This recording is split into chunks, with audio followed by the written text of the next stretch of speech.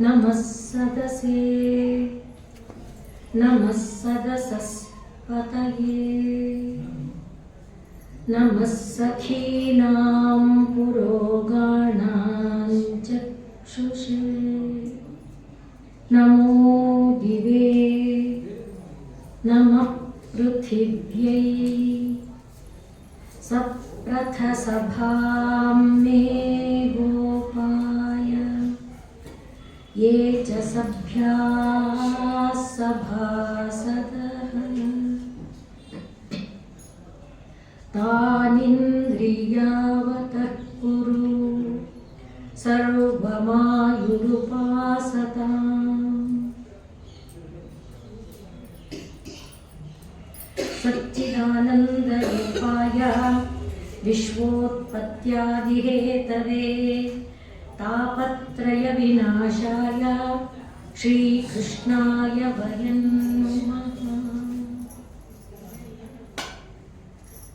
ಆಲಯದಲ್ಲಿ ವಿರಾಜಮಾನರಾಗಿರುವಂಥ ಚಿಕ್ಕಲಿಂಗ ಸ್ವಾಮಿಗಳ ಪಾದಾರವಿಂದಗಳಿಗೆ ಪ್ರಾಣ ಪ್ರಣಾಮ ಸಲ್ಲಿಸ್ತಾ ಎಲ್ಲರ ಹೃದಯದ ಒಳಗೆ ಅಂತರ್ಯಾಮಿಯಾಗಿದ್ದು ಎಲ್ಲರನ್ನೂ ತನ್ನೆಡೆಗೆ ಸೆಳೆದುಕೊಳ್ಳುವ ಎಲ್ಲ ಚಟುವಟಿಕೆಗೆ ಪ್ರೇರಕನಾಗಿರುವ ಪ್ರಭು ನಾರಾಯಣ ಕೃಷ್ಣ ಆ ಪ್ರಭುವನ್ನು ಹೃದಯಪೂರ್ವಕವಾಗಿ ವಂದಿಸ್ತಾ ಸಭೆಯಲ್ಲಿರುವ ಎಲ್ಲ ಸಭ್ಯರಿಗೆ ಹೃದಯಪೂರ್ವಕ ಪ್ರಣಾಮಗಳು. ಇದು ಮಾಘ ಮಾಸ ಎಲ್ಲರಿಗೆ ಗೊತ್ತಿದೆ. ಮಾಘ ಮಾಸದ ಒಂದು ವೈಶಿಷ್ಟ್ಯ ಅಂದರೆ ಸ್ನಾನ.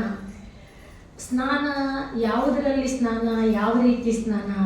ಸ್ನಾನ ಅಂದರೆ ಸಾಮಾನ್ಯವಾಗಿ ಎಲ್ಲರಿಗೂ ಗೊತ್ತಿರೋದು ನೀರಲ್ಲಿ ಮುಳುಗೋದು ಮತ್ತು ನೀರನ್ನು ಮೈ ಮೇಲೆ ಹಾಕಿಕೊಳ್ಳೋದು ಸ್ನಾನ ಅಂತ ನಾವು ಅಂದ್ಕೊಂಡಿರ್ತೀವಿ. ಆದರೆ ಸ್ನಾನಕ್ಕೆ ಅನೇಕ ಬಗೆಯ ಸ್ನಾನ ಇದೆ, ಶಾಸ್ತ್ರಗಳು ಹೇಳುತ್ತೆ. ಅದರಲ್ಲಿ ಗೋವು ನಡೆದಾಡಿದ ಜಾಗದ ಮಣ್ಣನ್ನು ತಗೊಂಡು ಅದನ್ನು ಮೈಗೆಲ್ಲ ಲೇಪನ ಮಾಡಿಕೊಳ್ಳೋದು ಕೂಡ ಒಂದು ರೀತಿಯ ಸ್ನಾನ. ಹಾಗೆ ವಿಭೂತಿಯನ್ನು ನಮ್ಮ ಶರೀರಕ್ಕೆ ಪೂರ್ಣವಾಗಿ ಮಾಡಿಕೊಳ್ಳೋದು ಕೂಡ ಒಂದು ರೀತಿಯ ಸ್ನಾನ. ಹೀಗೆ ಹಲವಾರು ರೀತಿಯ ಸ್ನಾನಗಳಿವೆ. ಅದರಲ್ಲಿ ಎಲ್ಲ ಸ್ನಾನ ಎಲ್ಲವಾಗಲೂ ಇಲ್ಲ. ಶಾಸ್ತ್ರಗಳು ಒಂದೊಂದು ಸಂದರ್ಭಕ್ಕೆ ಒಂದೊಂದು ಸ್ನಾನವನ್ನು ವಿಧಿಸುತ್ತೆ. ಆದರೆ ಪ್ರತಿದಿನ ನಾವು ಮಾಡುವ ಸ್ನಾನಕ್ಕೆ ಸದೃಶವಾಗಿರುವಂಥದ್ದು ಮಾಘ ಮಾಸದ ಒಂದು ವೈಶಿಷ್ಟ್ಯದಲ್ಲಿ ಇರುವಂಥದ್ದು ಏನಪ್ಪ ಅಂದರೆ ಪ್ರತಿದಿನದ ಸ್ನಾನದಂತೆಯೇ ನಮ್ಮಲ್ಲಿ ಲಲಿತಾ ಸಹಸ್ರನಾಮ ಈಗ ನೀವೆಲ್ಲ ಹೇಳಿದೆ ಅಂತ ಹೇಳಿದ್ರಿ, ಪೂಜೆ ಮಾಡಿದ್ವಿ ಅಂತ. ಅಲ್ಲಿ ತಾಯಿಯ ಹೆಸರಿನಲ್ಲಿ ಕ್ಷೇತ್ರ ಸ್ವರೂಪ ಇದೆ. ಕ್ಷೇತ್ರ ಸ್ವರೂಪ, ಕ್ಷೇತ್ರೇಶಿ, ಕ್ಷೇತ್ರ ಕ್ಷೇತ್ರಜ್ಞ ಪಾಲಿನಿ. ಆ ಕ್ಷೇತ್ರ ಸ್ವರೂಪ ಅಂದರೆ ನಾವು ಯಾವ ನದಿಯನ್ನು ಭಾವಿಸ್ಕೊಳ್ತೀವಿ ಆ ನದಿಯಲ್ಲಿ ಬರುತ್ತೆ. ಆದ್ದರಿಂದ ನಾವು ಇವಾಗ ಸ್ನಾನ ಮಾಡೋಕ್ಕೆ ಹೊರಟ್ರೆ ಮನೆಯಲ್ಲೇ ಮನೆ ನೀರನ್ನೇ, ಈಗ ನಮಗೆ ಕುಂಭಕ್ಕೆ ಹೋಗೋಕ್ಕಾಗಿಲ್ಲ, ಅಯ್ಯೋ ಅವರೆಲ್ಲ ಕುಂಭದಲ್ಲಿ ಸ್ನಾನ ಮಾಡ್ತಾ ಇದ್ದಾರೆ, ನಮಗೆ ಕುಂಭಕ್ಕೆ ಹೋಗಿ ಸ್ನಾನ ಮಾಡೋಕ್ಕೆ ಆಗ್ತಾ ಇಲ್ವಲ್ಲ ಅಂತ ನಾವು ದುಃಖ ಪಡಬೇಕಾಗಿಲ್ಲ. ಅದಕ್ಕೋಸ್ಕರನೇ ಶಾಸ್ತ್ರ ಇಂಥದನ್ನು ಕೊಟ್ಟಿರೋದು. ಎಲ್ಲರಿಗೆ ಎಲ್ಲ ಅವಕಾಶ ಇರಲ್ಲ. ಶರೀರದೆಲ್ಲ ಅವಕಾಶ ಇಲ್ಲದೆ ಇರ್ಬೋದು, ದುಡ್ಡಿನ ಅವಕಾಶ ಇಲ್ಲದೆ ಇರ್ಬೋದು, ಏನೇನೋ ಅನಾನುಕೂಲಗಳಿರುತ್ತೆ ಅಲ್ವಾ. ಪ್ರತಿಯೊಂದು ಜೀವಕ್ಕೂ ಒಂದೊಂದು ರೀತಿ ಕಷ್ಟ ಕಾರ್ಪಣ್ಯಗಳು, ತೊಂದರೆ ಇರುತ್ತೆ. ಅದು ದುಡ್ಡಿಂದೇ ಆಗಬೇಕು ಅಂತೇನಲ್ಲ. ಆ ರೀತಿ ಏನು ತೊಂದರೆ ಇದ್ರೂ ಕೂಡ ನಮಗೆ ಆ ಜಾಗಕ್ಕೆ ಹೋದಾಗ ದೊರಕುವಂಥ ಪುಣ್ಯ ದೊರಕಬೇಕಲ್ಲ. ಅದಕ್ಕೋಸ್ಕರ ತಾಯಿಯನ್ನು ನಾವು ನೆನಪು ಮಾಡಿಕೊಂಡ್ರೆ ಕ್ಷೇತ್ರ ಸ್ವರೂಪ. ನಾವು ಹಿಡ್ಕೊಂಡಂಥ ಮನೆಯಲ್ಲಿ ಸ್ನಾನದ ಒಂದು ಪಾತ್ರೆ ಒಳಗೆ ಇನ್ನೊಂದು ಪಾತ್ರೆ ತಗೋತೀವಲ್ಲ, ಅದರಲ್ಲೇ ಕ್ಷೇತ್ರ ಸ್ವರೂಪ ಎಂಬುದಾಗಿ ತಾಯಿಯನ್ನು ನೆನೆದು ನಾವು ಸ್ನಾನ ಮಾಡಿದರೆ ಆ ಯಾವ ಕ್ಷೇತ್ರ ಬೇಕು ಅಲ್ಲಿ ಆ ರೂಪದಲ್ಲಿ ತಾಯಿ ಬರ್ತಾಳೆ. ಆ ಹೆಸರೇ ಅದು. ಕ್ಷೇತ್ರ ಸ್ವರೂಪ ನಾಮಕ್ಕೆ ವಿಸ್ತಾರವಾದ ಅರ್ಥ ಇದೆ. ಬರೀ ನಾವು ಅದರಿಂದ ಈಗ ಮಹಾಕುಂಭ, ಅದರಿಂದ ಮಹಾಕುಂಭದಲ್ಲಿರುವಂಥ ನಿಜವಾದ ಅರ್ಥದಲ್ಲಿ ಎಲ್ಲೂ ಯಾವುದೂ ನಡೆಯೋದಿಲ್ಲ. ಅಂದರೆ ಈ ಉದಾಹರಣೆ ಹೇಳೋದಾದರೆ ಸುಮ್ಮನೆ ಅಲ್ಲಿ ಹೋಗಿ ಮುಳುಗ್ಬಿಟ್ಟು ಬಂದ್ಬಿಟ್ಟು ಮಾತ್ರಕ್ಕೆ ಮುಕ್ತಿ ಅಂತ ಸಿಕ್ಬಿಡಲ್ಲ. ಯಾವುದಕ್ಕೂ ಕೂಡ ಪ್ರಧಾನವಾಗಿರುವ ಅಂಶ ಏನಪ್ಪ ಅಂದರೆ ನಮ್ಮ ಮನಸ್ಸು. ನಮ್ಮ ಮನಸ್ಸನ್ನು ನಾವು ಶುದ್ಧ ಮಾಡ್ಕೊಳ್ಬೇಕು. ನಾವು ಇರೋ ಜಾಗದಲ್ಲಿ ನಾವು ಎಲ್ಲಿ ಹೋಗ್ತೀವಿ ಅಲ್ಲಿ ನಮ್ಮ ಮನಸ್ಸಿದೆ ಅಲ್ವಾ. ಆದ್ದರಿಂದ ನಾನು ಮಹಾಕುಂಭಕ್ಕೆ ಹೋಗಿದ್ರು ನನ್ನ ಮನಸ್ಸು ಮಹಾಕುಂಭದಲ್ಲಿ ಇಲ್ಲ, ಮನೆಯಲ್ಲಿದೆ, ಅಥವಾ ಇನ್ಯಾರನ್ನೆಲ್ಲೋ ನೋಡು, ಅವರನ್ನ ನೋಡು, ಇವರನ್ನ ಅನ್ನೋಂಥ ಭಾವದಲ್ಲಿದೆ ಅಂದರೆ ಆಗ ನೀನು ಮಹಾಕುಂಭದಲ್ಲಿದ್ರೂ ಇಲ್ಲ, ಪ್ರಯೋಜನ ಇಲ್ಲ. ಅದೇ ನೀನು ಮನೆಯಲ್ಲಿದ್ದರೂ ಮಹಾಕುಂಭವನ್ನು ನೆನಪಿಸಿಕೊಂಡ್ರೆ, ಯಾಕೆಂದರೆ ಎಲ್ಲಕ್ಕೆ ಮನಸ್ಸೇ ಪ್ರಧಾನವಾದದ್ದು, ಅದರಿಂದ ಆ ಮನಸ್ಸನ್ನು ನಾವು ಜೋಡಿಸಿಕೊಳ್ಳೋದು, ಆ ಕ್ಷೇತ್ರ ಸ್ವರೂಪ ಅನ್ನುವ ನಾಮವನ್ನು ನೆನಪಿಸಿಕೊಂಡು ಮನಸ್ಸನ್ನು ಅದರ ಜೊತೆಯಲ್ಲಿ ಸೇರಿಸಿಕೊಂಡು ಹಾಕಿಕೊಂಡ್ರೆ ಅಲ್ಲೇ ಗಂಗೆ, ಅಲ್ಲೇ ಯಮುನೆ, ಅಲ್ಲೇ ತ್ರಿವೇಣಿ. ಇನ್ನು ಆಳವಾದ ದೃಷ್ಟಿಗೆ ಬಂದರೆ ನಮ್ಮ ಒಳಗಡೆ ಇರುವುದು ತ್ರಿವೇಣಿ. ಅದನ್ನು ಶಂಕರಾಚಾರ್ಯರು ಮತ್ತೆ ತ್ರಿವೇಣಿ ಎನ್ನುವ ಒಂದು ಸ್ತೋತ್ರ ಇದೆ. ಅದರ ಜೊತೆಯಲ್ಲಿ ಅನೇಕ ಉಪನಿಷತ್ತುಗಳಿದೆ. ನಾದಬ್ರಹ್ಮ ಉಪನಿಷತ್ತು, ಹಂಸೋಪನಿಷತ್ತು, ಯೋಗ ಚೂಡಾಮಣಿ ಉಪನಿಷತ್ತು, ಹೀಗೆ ಯೋಗಕ್ಕೆ ಸಂಬಂಧಪಟ್ಟ ಯೋಗ ಉಪನಿಷತ್ತು ಅಂತ 20 ಉಪನಿಷತ್ತುಗಳಿದೆ. ಅವೆಲ್ಲ ಹೇಳುವಾಗ ನಮ್ಮ ಒಳಗಡೆ ಇರುವ ನಾಡಿಗಳ ಒಂದು ಸಂಯೋಗ ತ್ರಿವೇಣಿ. ಅಂದರೆ ನಾನು ನಿಮಗೆ ಗಾಬರಿ ಮಾಡಲ್ಲ, ಅಷ್ಟು ದೊಡ್ಡದನ್ನು ನಮ್ಮಂಥವ್ರಿಗೆ ಆಗಲ್ಲ ಅಲ್ವಾ? ಅದಕ್ಕೋಸ್ಕರ ನಾವೇನು ಮಾಡಬೇಕು, ಆ ತ್ರಿವೇಣಿಯನ್ನು ಭಾವಿಸ್ಕೋಬೇಕು. ಅಂದರೆ ಗಂಗೆ ಎನ್ನುವುದು ಚಂದ್ರನಿಗೆ, ಯಮುನೆ ಎನ್ನುವುದು ಸೂರ್ಯನಿಗೆ, ಮತ್ತೆ ಸರಸ್ವತಿ ಎಂಬುದು ಗಂಗೆ ಯಮುನೆಗಳ ಒಂದು ಸಂಯೋಗವಾದ ಸುಷುಮ್ನ, ಗಂಗೆ ಎಂಬುದು ಇಡಾಗೆ, ಯಮುನೆ ಎಂಬುದು ಪಿಂಗಳಗೆ, ಗಂಗೆ, ಈ ರೀತಿಯಾಗಿ ಆ ಗಂಗೆ ಯಮುನೆ ಸರಸ್ವತಿಗಳು ನಮ್ಮ ಒಳಗಡೆ ಇಡಾ ಪಿಂಗಳ ಸುಷುಮ್ನ ನಾಡಿಗಳ ಒಂದು ಸಂಯೋಗದಿಂದ ಆಗುವಂಥ ಒಂದು ನೆಲೆ ಅದು. ಬಹಿರ್ಮುಖದಲ್ಲಿ ಒಂದು ನದಿ ಇರಬಹುದು, ಆದರೆ ಬಹಿರ್ಮುಖ ನದಿ ಸುಳ್ಳು ಅಂತಲ್ಲ, ಅದು ಕೂಡ. ಯಾಕೆಂದರೆ ನಮ್ಮಲ್ಲಿ ಪ್ರತಿಯೊಂದು ನದಿಗೂ ಕೂಡ ಒಂದು ಪಾವನತ್ವ ಇದೆ. ಗಂಗೆ ಎನ್ನುವುದು ವಿಷ್ಣುವಿನ ಪದದಿಂದ ಬಂದಿದೆ, ಶಿವನ ತಲೆಯಿಂದ ಬಂದಿದೆ. ಯಮುನೆ ಎನ್ನುವುದು ಯಮನ ಸಹೋದರಿ, ಮತ್ತೆ ಸೂರ್ಯನ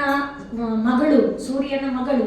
ಹೀಗೆ ಎಲ್ಲ ರೀತಿಯಿಂದಲೂ ಕೂಡ ಪಾವಿತ್ರ್ಯ ಅದು ಒಂದು ನೆಲೆ. ಆದರೆ ಎಲ್ಲಾದರೂ ಅಷ್ಟೇ ಮನಸ್ಸನ್ನು ಸೇರಿಸೋದು ಪ್ರಧಾನ. ಇಷ್ಟು ಹೇಳಿಕೊಳ್ತಾ, ಅದರಿಂದ ನಾವು ಮಾಡಬೇಕಾದ ಸ್ನಾನ ಅದು ಭಗವಂತನೊಡನೆ ನಮ್ಮ ಮನಸ್ಸನ್ನು ಸೇರಿಸ್ಕೊಳ್ಳೋದು. ಅದಕ್ಕಾಗಿ ಇಷ್ಟು ಮಾತು ಹೇಳ್ತಾ ಇದ್ದೀನಿ. ಕ್ಷೇತ್ರ ಸ್ವರೂಪ ಅಂದಾಗ ಆ ಮನಸ್ಸನ್ನು ನಾವು ಪರಮಾತ್ಮನೊಡನೆ ಸೇರಿಸಿಕೊಂಡ್ರೆ ಆಗ ಯಾವ ಪರಮಾತ್ಮನನ್ನು ನೀವು ಭಾವಿಸಿದ್ದೀರಿ, ಪರಮಾತ್ಮ ಒಬ್ಬನೇ. ನಮ್ಮ ಹೃದಯಕ್ಕೆ ತಕ್ಕಂತೆ ಪರಮಾತ್ಮ ಬೇರೆ ಬೇರೆ ರೂಪ, ಬೇರೆ ಬೇರೆ ಭಾವ ಆಗಬಹುದು, ಆದರೆ ಪರಮಾತ್ಮ ಅನ್ನೋನು ಒಬ್ಬನೇ. ನೀವು ಯಾವ ರೂಪ ಭಾವಿಸ್ತೀರಿ, ಅದರಿಂದ ತಾಯಿಗೆ ಏನಿದೆ, ಲೀಲಾ ವಿಗ್ರಹ ಧಾರಿಣಿ. ಯಾರು ಯಾವ ಭಾವವನ್ನು ಭಾವಿಸ್ಕೊಳ್ತಾರೆ ಆ ರೂಪದಲ್ಲಿ ಅವಳು ಪ್ರತ್ಯಕ್ಷಳಾಗ್ತಾಳೆ. ಆ ರೀತಿಯಲ್ಲಿ ಅವರವರ ಹೃದಯದಲ್ಲಿ ಆನಂದವನ್ನು ಉಂಟು ಮಾಡ್ತಾಳೆ. ತಾಯಿಯ ಪರಮ ಕೃಪೆ, ಪರಮಾತ್ಮನ ಪರಮ ಕೃಪೆ ಅದು. ಹಾಗೆ ಸ್ನಾನ ಎಂಬುದು ಪರಮಾತ್ಮನನ್ನು ನೆನಪಿಸಿಕೊಳ್ಳೋದಿದೆಯಲ್ಲ, ಅದೇ ಸ್ನಾನ. ಅದೇ ಸ್ನಾನ ಅಂದರೆ ಹಾಗಾದ್ರೆ ನಾವು ಸ್ನಾನ ಮಾಡದೆ ದೇವರಲ್ಲಿ ನೆನಪಿಸ್ಕೊಂಡ್ಬಿಡೋದ ಅಂದರೆ ಅದು ಬೇಡ ಅಂತಲ್ಲ, ಇದು ಪ್ರಧಾನವಾದ್ದು ಅನ್ನೋದು. ಆದ್ದರಿಂದಲೇ ಬೆಳಗ್ಗೆ ಎದ್ದ ತಕ್ಷಣ ದೇವರ ಸ್ಮರಣೆ ಮಾಡ್ತೇವಲ್ಲ, ಅದು ಸ್ನಾನ. ಅದರ ನಂತರ ನಾವು ದೇವರ ದೀಪ ಹಚ್ಚೋದು, ಅದು ಒಂದು ಸ್ನಾನ.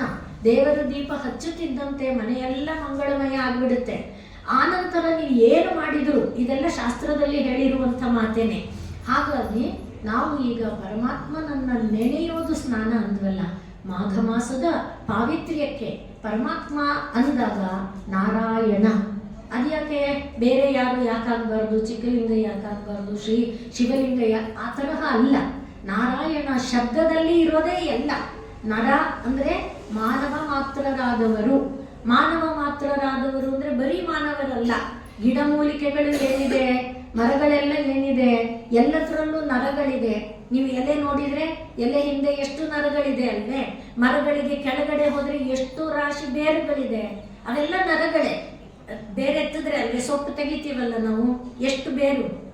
ಆ ರೀತಿ ನೋಡಿದಾಗ ಅವೆಲ್ಲನೂ ನರಗಳೇ. ಅಂದ್ರೆ ಅರ್ಥ ಏನಾಯ್ತು, ನರರೆಲ್ಲರಿಗೆ ಮೂಲವಾದದ್ದು ಅಂದರೆ ನಾರಾಯಣ ಅಂದಾಗ ಶಂಖಚಕ್ರ ಗದಾಧಾರಿಯಾದವನು ಮಾತ್ರ ಅಂತ ಅರ್ಥ ಅಲ್ಲ. ಎಲ್ಲ ಚರಾಚರವಾದ ಎಲ್ಲ ಜೀವಿಗಳಿಗೆ ಮೂಲ ಯಾವುದೋ ಅದು ನಾರಾಯಣ. ಅದರಿಂದ ಅತಿನೀಲ ಘನಶ್ಯಾಮಂ ನಲಿನಾಯತ ಲೋಚನಂ ಸ್ಮರಾಮಿ ಪುಂಡರೀಕಾಕ್ಷಂ. ಪರಮಾತ್ಮನನ್ನು ನೆನೆಸ್ಕೊಂಡ್ಬಿಟ್ರೆ ತೇನ ಸ್ನಾತಃ ಭವಾಮಿ ಅಹಂ, ಅದೇ ನನಗೆ ಸ್ನಾನ ಅಂತ ಶಾಸ್ತ್ರ ಹೇಳುತ್ತೆ. ಇನ್ನೂ ಆಳವಾಗಿ ಮಾನಸ ಸ್ನಾನ ಇತ್ಯಾದಿಗಳಿದೆ, ನಾನು ಇದು ಮಾಡಲ್ಲ. ನಮಗೆ ಈಗ ಬೇಕಾದ್ದು ನಾರಾಯಣ. ಅದಕ್ಕೋಸ್ಕರ ಈ ಶಬ್ದವನ್ನ ಹೇಳ್ತಾ ಇದ್ದೇನೆ. ಹಾಗಾಗಿ ಪರಮಾತ್ಮನ ಸ್ಮರಣೆ ಮಾಡೋದಿದೆಯಲ್ಲ, ಅದು ಸ್ನಾನ. ಆ ಸ್ನಾನದ ಪಾವಿತ್ರ್ಯ ಈಗ ನಮ್ಮ ಮನಸ್ಸಲ್ಲಾಯ್ತಲ್ವಾ. ನಾವೆಲ್ಲ ನಾರಾಯಣನನ್ನ ನೆನೆದ್ವಿ, ಅದರಿಂದ ಈಗ ನಾವು ಪುಷ್ಕರ ಸ್ನಾನ ಮಾಡಿದಷ್ಟೇ ಪವಿತ್ರರು. ಆ ನಾರಾಯಣ ಇದನ್ನಲ್ವಾ, ಆ ನಾರಾಯಣ ನನ್ನ ಕುರಿತು ಇರೋದಿದೆಯಲ್ಲ, ಅದನ್ನ ನಾರಾಯಣೀಯ ಅಂತ ಕರೀತಾರೆ. ಅನೀಯ ಅಂದ್ರೆ ಅದರದು, ಅದಕ್ಕೆ ಸೇರಿದ್ದು ಅನ್ನುವ ಅರ್ಥ. ಅನೀಯ ಅನ್ನುವ ಪ್ರತ್ಯಯ ಇಲ್ಲಿ ನಾರಾಯಣ ಇದೆ, ಅನೀಯ ನಾರಾಯಣೀಯ ಅಂದ್ರೆ ನಾರಾಯಣೀಯ ಅಂದ್ರೆ ನಾರಾಯಣನಿಗೆ ಸೇರಿದ್ದು, ನಾರಾಯಣನಿಗೆ ಸಂಬಂಧಪಟ್ಟಿದ್ದು. ಅಂದ್ರೆ ಏನಾಯ್ತು, ವಿಶ್ವದ ಸೃಷ್ಟಿ ಅದು ನಾರಾಯಣನಿಗೆ ಸೇರಿದ್ದು. ಸೃಷ್ಟಿ ಮಾಡಿದವನು ಯಾರು? ಬ್ರಹ್ಮ. ಆದ್ರೆ ಬ್ರಹ್ಮ ಯಾರಿಗೆ ಸೇರಿದ್ದು? ನಾರಾಯಣನಿಗೆ. ಹಾಗೆ ಎಲ್ಲ ಮೂಲ ಯಾರಿಗೆ? ಯಾರೋ ಒಬ್ಬ ಉಳಿಸಿದಾನೆ, ಮಾಡಿದ ಸೃಷ್ಟಿಯನ್ನ ಕಾಪಾಡ್ತಾ ಇದ್ದಾನೆ, ಅವನನ್ನ ಸ್ಥಿತಿಕರ್ತ ಅಂತಾರೆ, ಅವನನ್ನ ವಿಷ್ಣು ಅಂತಾರೆ. ಅವನು ಯಾರಿಗೆ ಸೇರಿದ್ದು? ನಾರಾಯಣನಿಗೆ ಸೇರಿದ್ದು, ಅಂದ್ರೆ ಮೂಲ ತತ್ವಕ್ಕೆ. ಹಾಗೆ ಒಬ್ಬ ಎಲ್ಲವನ್ನ ತನ್ನೊಳಗೆ ಸೇರಿಸ್ಕೊಳ್ತಾನೆ, ಎಲ್ಲ ಮುಗಿದ ಮೇಲೆ ಲಯ ಮಾಡ್ಕೊಳ್ತಾನೆ. ಅವನು ಯಾರಿಗೆ ಸೇರಿದ್ದು? ಶಂಕರ, ಶಿವ, ಅದು ನಾರಾಯಣ. ಹಾಗೆ ಆ ಮೂವರಿಗೆ ಮೂಲನಾಗಿ ನಿಂತಿದ್ದಾನಲ್ಲ, ಅವನನ್ನ ಕುರಿತು ಮಾಡಿದ ಚಿಂತನೆ ನಾರಾಯಣೀಯ. ಇದು ಒಂದು ಕೃತಿ. ನಾರಾಯಣೀಯ ಅನ್ನುವುದು ಒಂದು ಕೃತಿ ಅಂದ್ರೆ ಒಂದು ಗ್ರಂಥ. ಅದರಲ್ಲಿ ಏನು ವಿಷಯ ಇದೆ ಅನ್ನೋದೀಗ ನಿಮ್ಮ ಮನಸ್ಸಿಗೆ ಬಂತು. ನಾರಾಯಣನನ್ನ ಕುರಿತು ಅಂದ್ರೆ ಯಾರು ಸೃಷ್ಟಿ ಸ್ಥಿತಿ ಲಯಗಳನ್ನ ಮಾಡ್ತಾ ಇದ್ದಾನೋ, ಆ ಮೂರಕ್ಕೂ ಮೂಲನಾಗಿ ಯಾರಿದ್ದಾನೋ ಅವನನ್ನ ಕುರಿತು ನೆನೆಯುವಂಥದ್ದು. ಈ ನಾರಾಯಣೀಯ ಅನ್ನುವುದನ್ನ ಬರೆದವನು ಭಟ್ಟಾದ್ರಿಪಾದ ತಿರಿ. ನಾರಾಯಣ ಅಂತ ಆತನ ಹೆಸರು. ಅವನ ಊರು ಮೇಪ್ಪತ್ತೂರು ಅಂತ. ಇದು ಕೇರಳದಲ್ಲಿ ಇದೆ. ಮೇಪ್ಪತ್ತೂರು ಅನ್ನೋದು ಕೇರಳದಲ್ಲಿದೆ. ಆತನ ಹೆಸರು ನಾರಾಯಣ. ಅವನಿಗೆ ಭಟ್ಟಾದ್ರಿಪಾದ ಅಂತ ಬಿರುದು. ಅಂದ್ರೆ ಭಟ್ಟ ಅಂದ್ರೆ ಜ್ಞಾನಿ ಅನ್ನುವ ಅರ್ಥದಲ್ಲಿ 6 ಶಾಸ್ತ್ರಗಳಲ್ಲಿ ಯಾರು ನಿಪುಣ ಇದ್ದಾನೆ ಅವನನ್ನ ಭಟ್ಟ ಅಂತ ಕರೀತಾರೆ. ಆ ಭಟ್ಟರಿಗೆಲ್ಲ ಇವನು ಅಧಿಕನಾಗಿ ಇದ್ದ ಅನ್ನುವ ಕಾರಣಕ್ಕೆ ಭಟ್ಟಾದ್ರಿಪಾದ ಅನ್ನುವುದು ಅವನಿಗೆ ಬಿರುದು. ಈ ಇವನ ಹೆಸರು ನಾರಾಯಣನೇ. ಇವನ ಹೆಸರು ಕೂಡ ನಾರಾಯಣ. ಇವನಿಗೆ ತಂದೆ ಮಾತೃದತ್ತ ಅಂತ. ಅವರು ಅಂದ್ರೆ ನಮ್ಮ ಸಂಸ್ಕೃತದಲ್ಲಿ ತುಂಬಾ ಶಾಸ್ತ್ರಗಳು ಇದೆ. ಮೀಮಾಂಸಾ ಶಾಸ್ತ್ರದಲ್ಲಿ 2 ವಿಭಾಗ ಇದೆ. ಒಂದು ಭಾಟ್ಟ ಮೀಮಾಂಸಾ, ಇನ್ನೊಂದು ಪ್ರಾಭಾಕರ ಮೀಮಾಂಸಾ ಅಂತ 2 ಇದೆ. ಅದೆಲ್ಲ ಮೀಮಾಂಸಾ ಅಂದ್ರೆ ವೇದದಲ್ಲಿರುವ ಶಬ್ದಗಳಿಗೆ ಏನು ಅರ್ಥ ಅನ್ನೋದನ್ನ ಚರ್ಚೆ ಮಾಡುವಂಥದ್ದು ಶಾಸ್ತ್ರ. ಅದು ನಮಗೆ ತುಂಬ ಗಹನವಾದ ಶಾಸ್ತ್ರ, ಅದರ ಕುರಿತು ಬೇಡ. ಆದರೆ ನಾರಾಯಣನ ತಂದೆ ಮಾತೃದತ್ತ ಆ ಶಾಸ್ತ್ರದಲ್ಲಿ ತುಂಬ ನಿಪುಣರಾಗಿದ್ರು. ಹಾಗೆ ತಂತ್ರಶಾಸ್ತ್ರದಲ್ಲಿ ಕೂಡ ಅವರು ನಿಪುಣರಾಗಿದ್ದಂಥವರಾಗಿದ್ರು. ಅಂಥ ಮಾತೃದತ್ತನ ಮಗನಾಗಿ ಇವರು ಹುಟ್ಟಿ ತಂದೆಯಿಂದಲೇ ಈ 2 ವಿದ್ಯೆ ಕಲ್ತ್ಕೊಂಡಿದ್ರು. ಹಾಗೆ ದಾಮೋದರಾರ್ಯ ಅನ್ನುವರ ಬಳಿಯಲ್ಲಿ ತರ್ಕಶಾಸ್ತ್ರ ಕಲ್ತಿದ್ರು. ಬೇರೆ ಅಚ್ಯುತ ಪಿಶಾರದಿ ಅಂತ ಒಬ್ರು, ಅವರ ಹತ್ತಿರ ಇವರು ಅಚ್ಯುತ ಪಿಶಾರದಿ ಎನ್ನುವವರ ಹತ್ತಿರ ವ್ಯಾಕರಣ ಶಾಸ್ತ್ರವನ್ನ ಕಲ್ತ್ಕೊಂಡಿದ್ರು. ಈ 16ನೇ ವಯಸ್ಸಿಗೆ ನಾರಾಯಣನಿಗೆ ಎಲ್ಲ ಸುಮಾರು ಶಾಸ್ತ್ರಗಳು ಬಂದುಬಿಟ್ಟಿತ್ತು. ನಮ್ಮ ಈ ವ್ಯಾಕರಣ ಅಂದ್ರೆ ಎಲ್ಲರಿಗೆ ಗೊತ್ತಿದೆ. ನಮ್ಮ ಗುರುಗಳು ತಮಾಷೆ ಮಾಡ್ತಿದ್ರು, ವ್ಯಾಕರಣ ಅಂದ್ರೆ ವ್ಯಾಕರಣ ಅಂತ. ಅಂದ್ರೆ ಬೋರ್ ಆಗುತ್ತೆ, ಕಷ್ಟ ಆಗುತ್ತೆ, ತುಂಬಾ ಅರ್ಥ ಮಾಡ್ಕೊಳಕ್ ಆಗದೇ ಇರುವಂತ ಇದು ಅಂತ ತಮಾಷೆಯಾಗಿ ಹೇಳ್ತಿದ್ರು. ಅಂಥ ಕಷ್ಟಶಾಸ್ತ್ರದಲ್ಲಿ ಕೂಡ ಈತ ಅನೇಕ ಕೃತಿಗಳನ್ನ ರಚನೆ ಮಾಡಿದ್ದಾರೆ. ಯಾರು? ನಾರಾಯಣ. ಅವರು ಪ್ರಕ್ರಿಯಾ ಸರ್ವಸ್ವ ಮೊದಲಾದ ಅನೇಕ ಕೃತಿಗಳನ್ನ ಬರೆದಿದ್ದಾರೆ.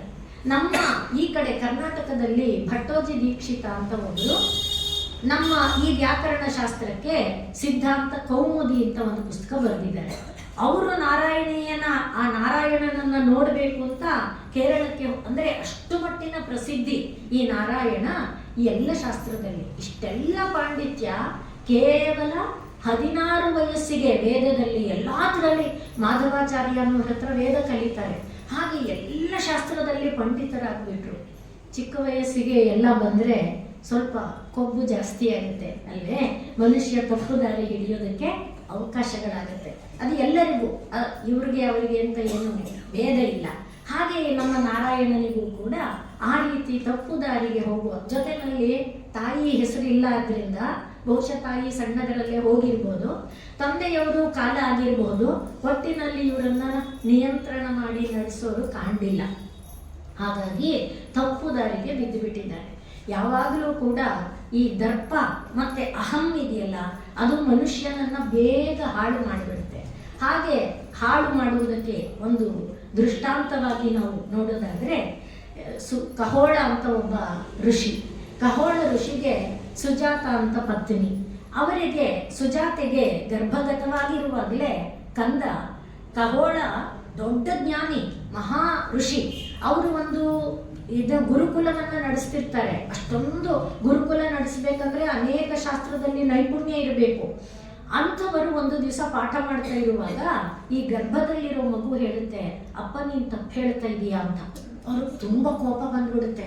ಸಣ್ಣ ಇನ್ನೂ ಹೊಟ್ಟೆಲಿರುವಾಗಲೇ ಇಷ್ಟು ಜೋರಾದ್ರೆ ನೀನು ಆಚೆ ಬಂದ್ಮೇಲೆ ಏನೋ ಅಂತ ಅನ್ನಿಸಿಬಿಟ್ಟು ಅವ್ರೇನ್ ಮಾಡ್ತಾರೆ, ನೀನು ವಕ್ರನಾಗಿ ಹುಟ್ಟು, 8 ಕಡೆಯಲ್ಲಿ ವಕ್ರನಾಗಿ ಹುಟ್ಟು ಅಂತ ಶಪಿಸ್ಬಿಡ್ತಾರೆ. ತನ್ನದೇ ಕಂದ ಆದ್ರೂ ನೋಡಿ ಯಾವುದೇ ಒಂದು ಮದಗಳು ಬಂದ್ರೆ ಹಾಗಾಗ್ಬಿಡುತ್ತೆ. ಆ ರೀತಿಯಲ್ಲಿ ಶಪಿಸಿಬಿಟ್ರು. ಈ ಮಗು ಹೊರಗೆ ಬಂದ ಮೇಲೆ ಅಷ್ಟವಕ್ರನಾಗೆ ಬಂತು. ಆದ್ರೆ ಈತ ಇದಾರಲ್ಲ ಕಹೋಳ, ಅವರು ಇದ್ದ ಒಂದು ಕಾಲದಲ್ಲಿ ಜನಕನ ಮಹಾರಾಜ ಆಸ್ಥಾನಕ್ಕೆ ಒಬ್ಬ ವಂದಿ ಅನ್ನುವಂಥ ಪಂಡಿತ ಬರ್ತಾನೆ. ಆ ವಂದಿ ಅನ್ನೋ ಪಂಡಿತ ತನ್ನನ್ನು ಯಾರು ಎದುರಿಸ್ತಾರೆ ಅಂತ ಚಾಲೆಂಜ್. ಯಾರು ಅವನ ಹತ್ರ ಸೋತೋಗ್ತಾರೆ ಅವರನ್ನೆಲ್ಲ ಸಮುದ್ರದಲ್ಲಿ ಮುಳುಗಿಸಾಕ್ಬಿಡೋದು. ಹಾಗೆ ಕಹೋಳ ಮುನಿಯನ್ನು ಕರೆದಿದ್ದಾರೆ. ಕಹೋಳನು ಹೋದ, ವಾದದಲ್ಲಿ ಸೋತೋದ, ಅವನನ್ನು ಸಮುದ್ರದಲ್ಲಿ ಮುಳುಗಿಸಾಕಾಗೋಯ್ತು. ಈಗ ಮಗು ಬೆಳೀತಾ ಇದೆಯಲ್ಲ, 8-10 ವಯಸ್ಸು ಬಂದಿದೆ. ಎಲ್ಲ ಹುಡುಗರು ಆಡ್ಕೊಂಡು ನಗುತ್ತಾರೆ. ಯಾಕೆ ಅಂದ್ರೆ ನೋಡಕ್ಕೂ ಚೆನ್ನಾಗಿಲ್ಲ, ಇವನು ಅಷ್ಟವಕ್ರನಾಗಿದ್ದಾನೆ, ತಂದೆ ಇಲ್ಲ. ಅದರಿಂದ ತಂದೆ ಇಲ್ಲ ಅನ್ನೋದೇ ಒಂದು ಲೇವಡಿ ಮಾಡಕ್ಕೆ. ಇದೆಲ್ಲ ಚಿಕ್ಕನ್ನಲ್ಲಿ ನಾವು ನೋಡಿರ್ತೀವಲ್ವಾ, ನಿಮ್ಮಪ್ಪ ಯಾರೋ ಏನೋ ಅಂತ ವ್ಯಂಗ್ಯ ಮಾಡಿ. ಹಾಗೆ ಇವನಿಗೆ ತುಂಬಾ ಅಳು ಬಂದ್ಬಿಡುತ್ತೆ. ಅಮ್ಮನ ಹತ್ರ ಬಂದು ಅಳುತ್ತಾನೆ, ಅಮ್ಮ ನಮ್ಮ ಅಪ್ಪ ಯಾರು, ಎಲ್ಲಿ ಹೋಗಿದ್ದಾರೆ, ಏನಾಯ್ತು? ಆಗ ಅಮ್ಮ ಹೇಳ್ತಾಳೆ, ನೋಡಪ್ಪ ನಿಮ್ಮ ಅಪ್ಪನನ್ನ ಹೀಗೆ ಸಭೆಯಲ್ಲಿ ಕರೆದಿದ್ರು, ಸಭೆಯಲ್ಲಿ ವಂದಿ ಎನ್ನುವ ಪಂಡಿತನಿಗೆ ಸೋತೋದ್ರಿಂದ ಅಪ್ಪನನ್ನ ಸಮುದ್ರದಲ್ಲಿ ಮುಳುಗಿಸ್ಬಿಟ್ಟಿದ್ದಾರೆ. ಆಗ ಇವನು ಅವ್ರು ಯಾರು ಪಂಡಿತ, ಎಲ್ಲಿ ಜ್ಞಾನ ಅನ್ನೋದು ಎಲ್ಲಿರಬೇಕು? ಈಗ ನಾವು ಹೇಳಿದ್ವಲ್ಲ, ಪರಮಾತ್ಮನಿಗೆ ಅರ್ಪಿತವಾಗಿರಿದ್ರೆ ಅದು ಜ್ಞಾನ, ಪರಮಾತ್ಮನನ್ನ ತೋರಿಸಿಕೊಟ್ರೆ ಅದು ಜ್ಞಾನ. ಪುಸ್ತಕಗತವಾದ ಜ್ಞಾನ ಅಲ್ಲ, ಕೇವಲ ವಾದಕ್ಕಿರುವ ಜ್ಞಾನ ಅಲ್ಲ. ಈಗ ಇಲ್ಲಿರುವ ನಿಮ್ಮಲ್ಲಿ ಎಷ್ಟೋ ಜನಕ್ಕೆ ಗೊತ್ತಿರುತ್ತೆ, ಮನೆಯಲ್ಲಿ ಹಿರಿಯರು ಯಾವ ಪುಸ್ತಕ ತೆಗೆದಿರಲ್ಲ, ಅವರ ಜ್ಞಾನ ಎಂಥದ್ದು, ಅಂತರಂಗದಲ್ಲಿ ಕಂಡಿರುವ ಅನುಭವಗಳು ಎಂಥದ್ದು. ಮನೆಯಲ್ಲಿ ಹಿರಿಯರಿದ್ದನ್ನು ನೀವು ನೋಡಿರ್ತೀರಲ್ವೇ, ಈಗ ಇಲ್ಲಿ ನಾವು ಯಾರ ಆರಾಧನೆಯನ್ನ ಮಾಡ್ತಾ ಇದ್ದೇವೆ, ಅವರಿಗೆಲ್ಲ ಏನು ಗ್ರಂಥಗಳ ಅಧ್ಯಯನನೇ ಇತ್ತೆ. ಗ್ರಂಥಗಳ ಅಧ್ಯಯನದಿಂದ ಒಬ್ಬ ಪಂಡಿತ ಆಗ್ಬೇಕಾಗಿಲ್ಲ. ನಾವು ಶ್ರೀರಾಮಕೃಷ್ಣ ಪರಮಹಂಸರನ್ನ ನೋಡಿದ್ರೆ ಅವರು ಅಷ್ಟೇ ಸ್ಕೂಲ್ಗೆ ಹೋಗ್ಲೇ ಇಲ್ಲ, 1ನೇ ಕ್ಲಾಸ್ವರೆಗೂ ಹೋಗ್ಲಿಲ್ಲ. ಅಪ್ಪ ನನಗೆ ದುಡ್ಡು ಕೊಡುವಂತ ಅಥವಾ ಯಾವುದೋ ಒಂದು ಹೊಟ್ಟೆಪಾಡಿನ ವಿದ್ಯೆ ನಂಗೆ ಇಷ್ಟ ಇಲ್ಲ, ನಾನು ಹೋಗಲ್ಲ ಅಂದ್ಬಿಟ್ರು.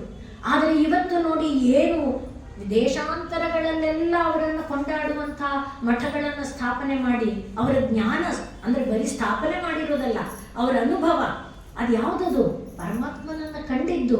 ಅವರನ್ನ ಕೇಳಿದ ತಕ್ಷಣ ಯಾರನ್ನಾದ್ರೂ ನೀವು ದೇವರನ್ನು ಕಂಡಿದ್ದೀರಾ ಅಂದ್ರೆ ಎಲ್ಲಿ ಗಟ್ಟಿ ಎದೆಯಿಂದ ಉತ್ತರ ಕೊಡೋರು ಯಾರು ಅಲ್ವಾ? ಆದ್ರೆ ಅವರನ್ನ ಸ್ವಾಮಿ ವಿವೇಕಾನಂದ, ದೇವರನ್ನು ನೀವು ಕಂಡಿದ್ದೀರಾ?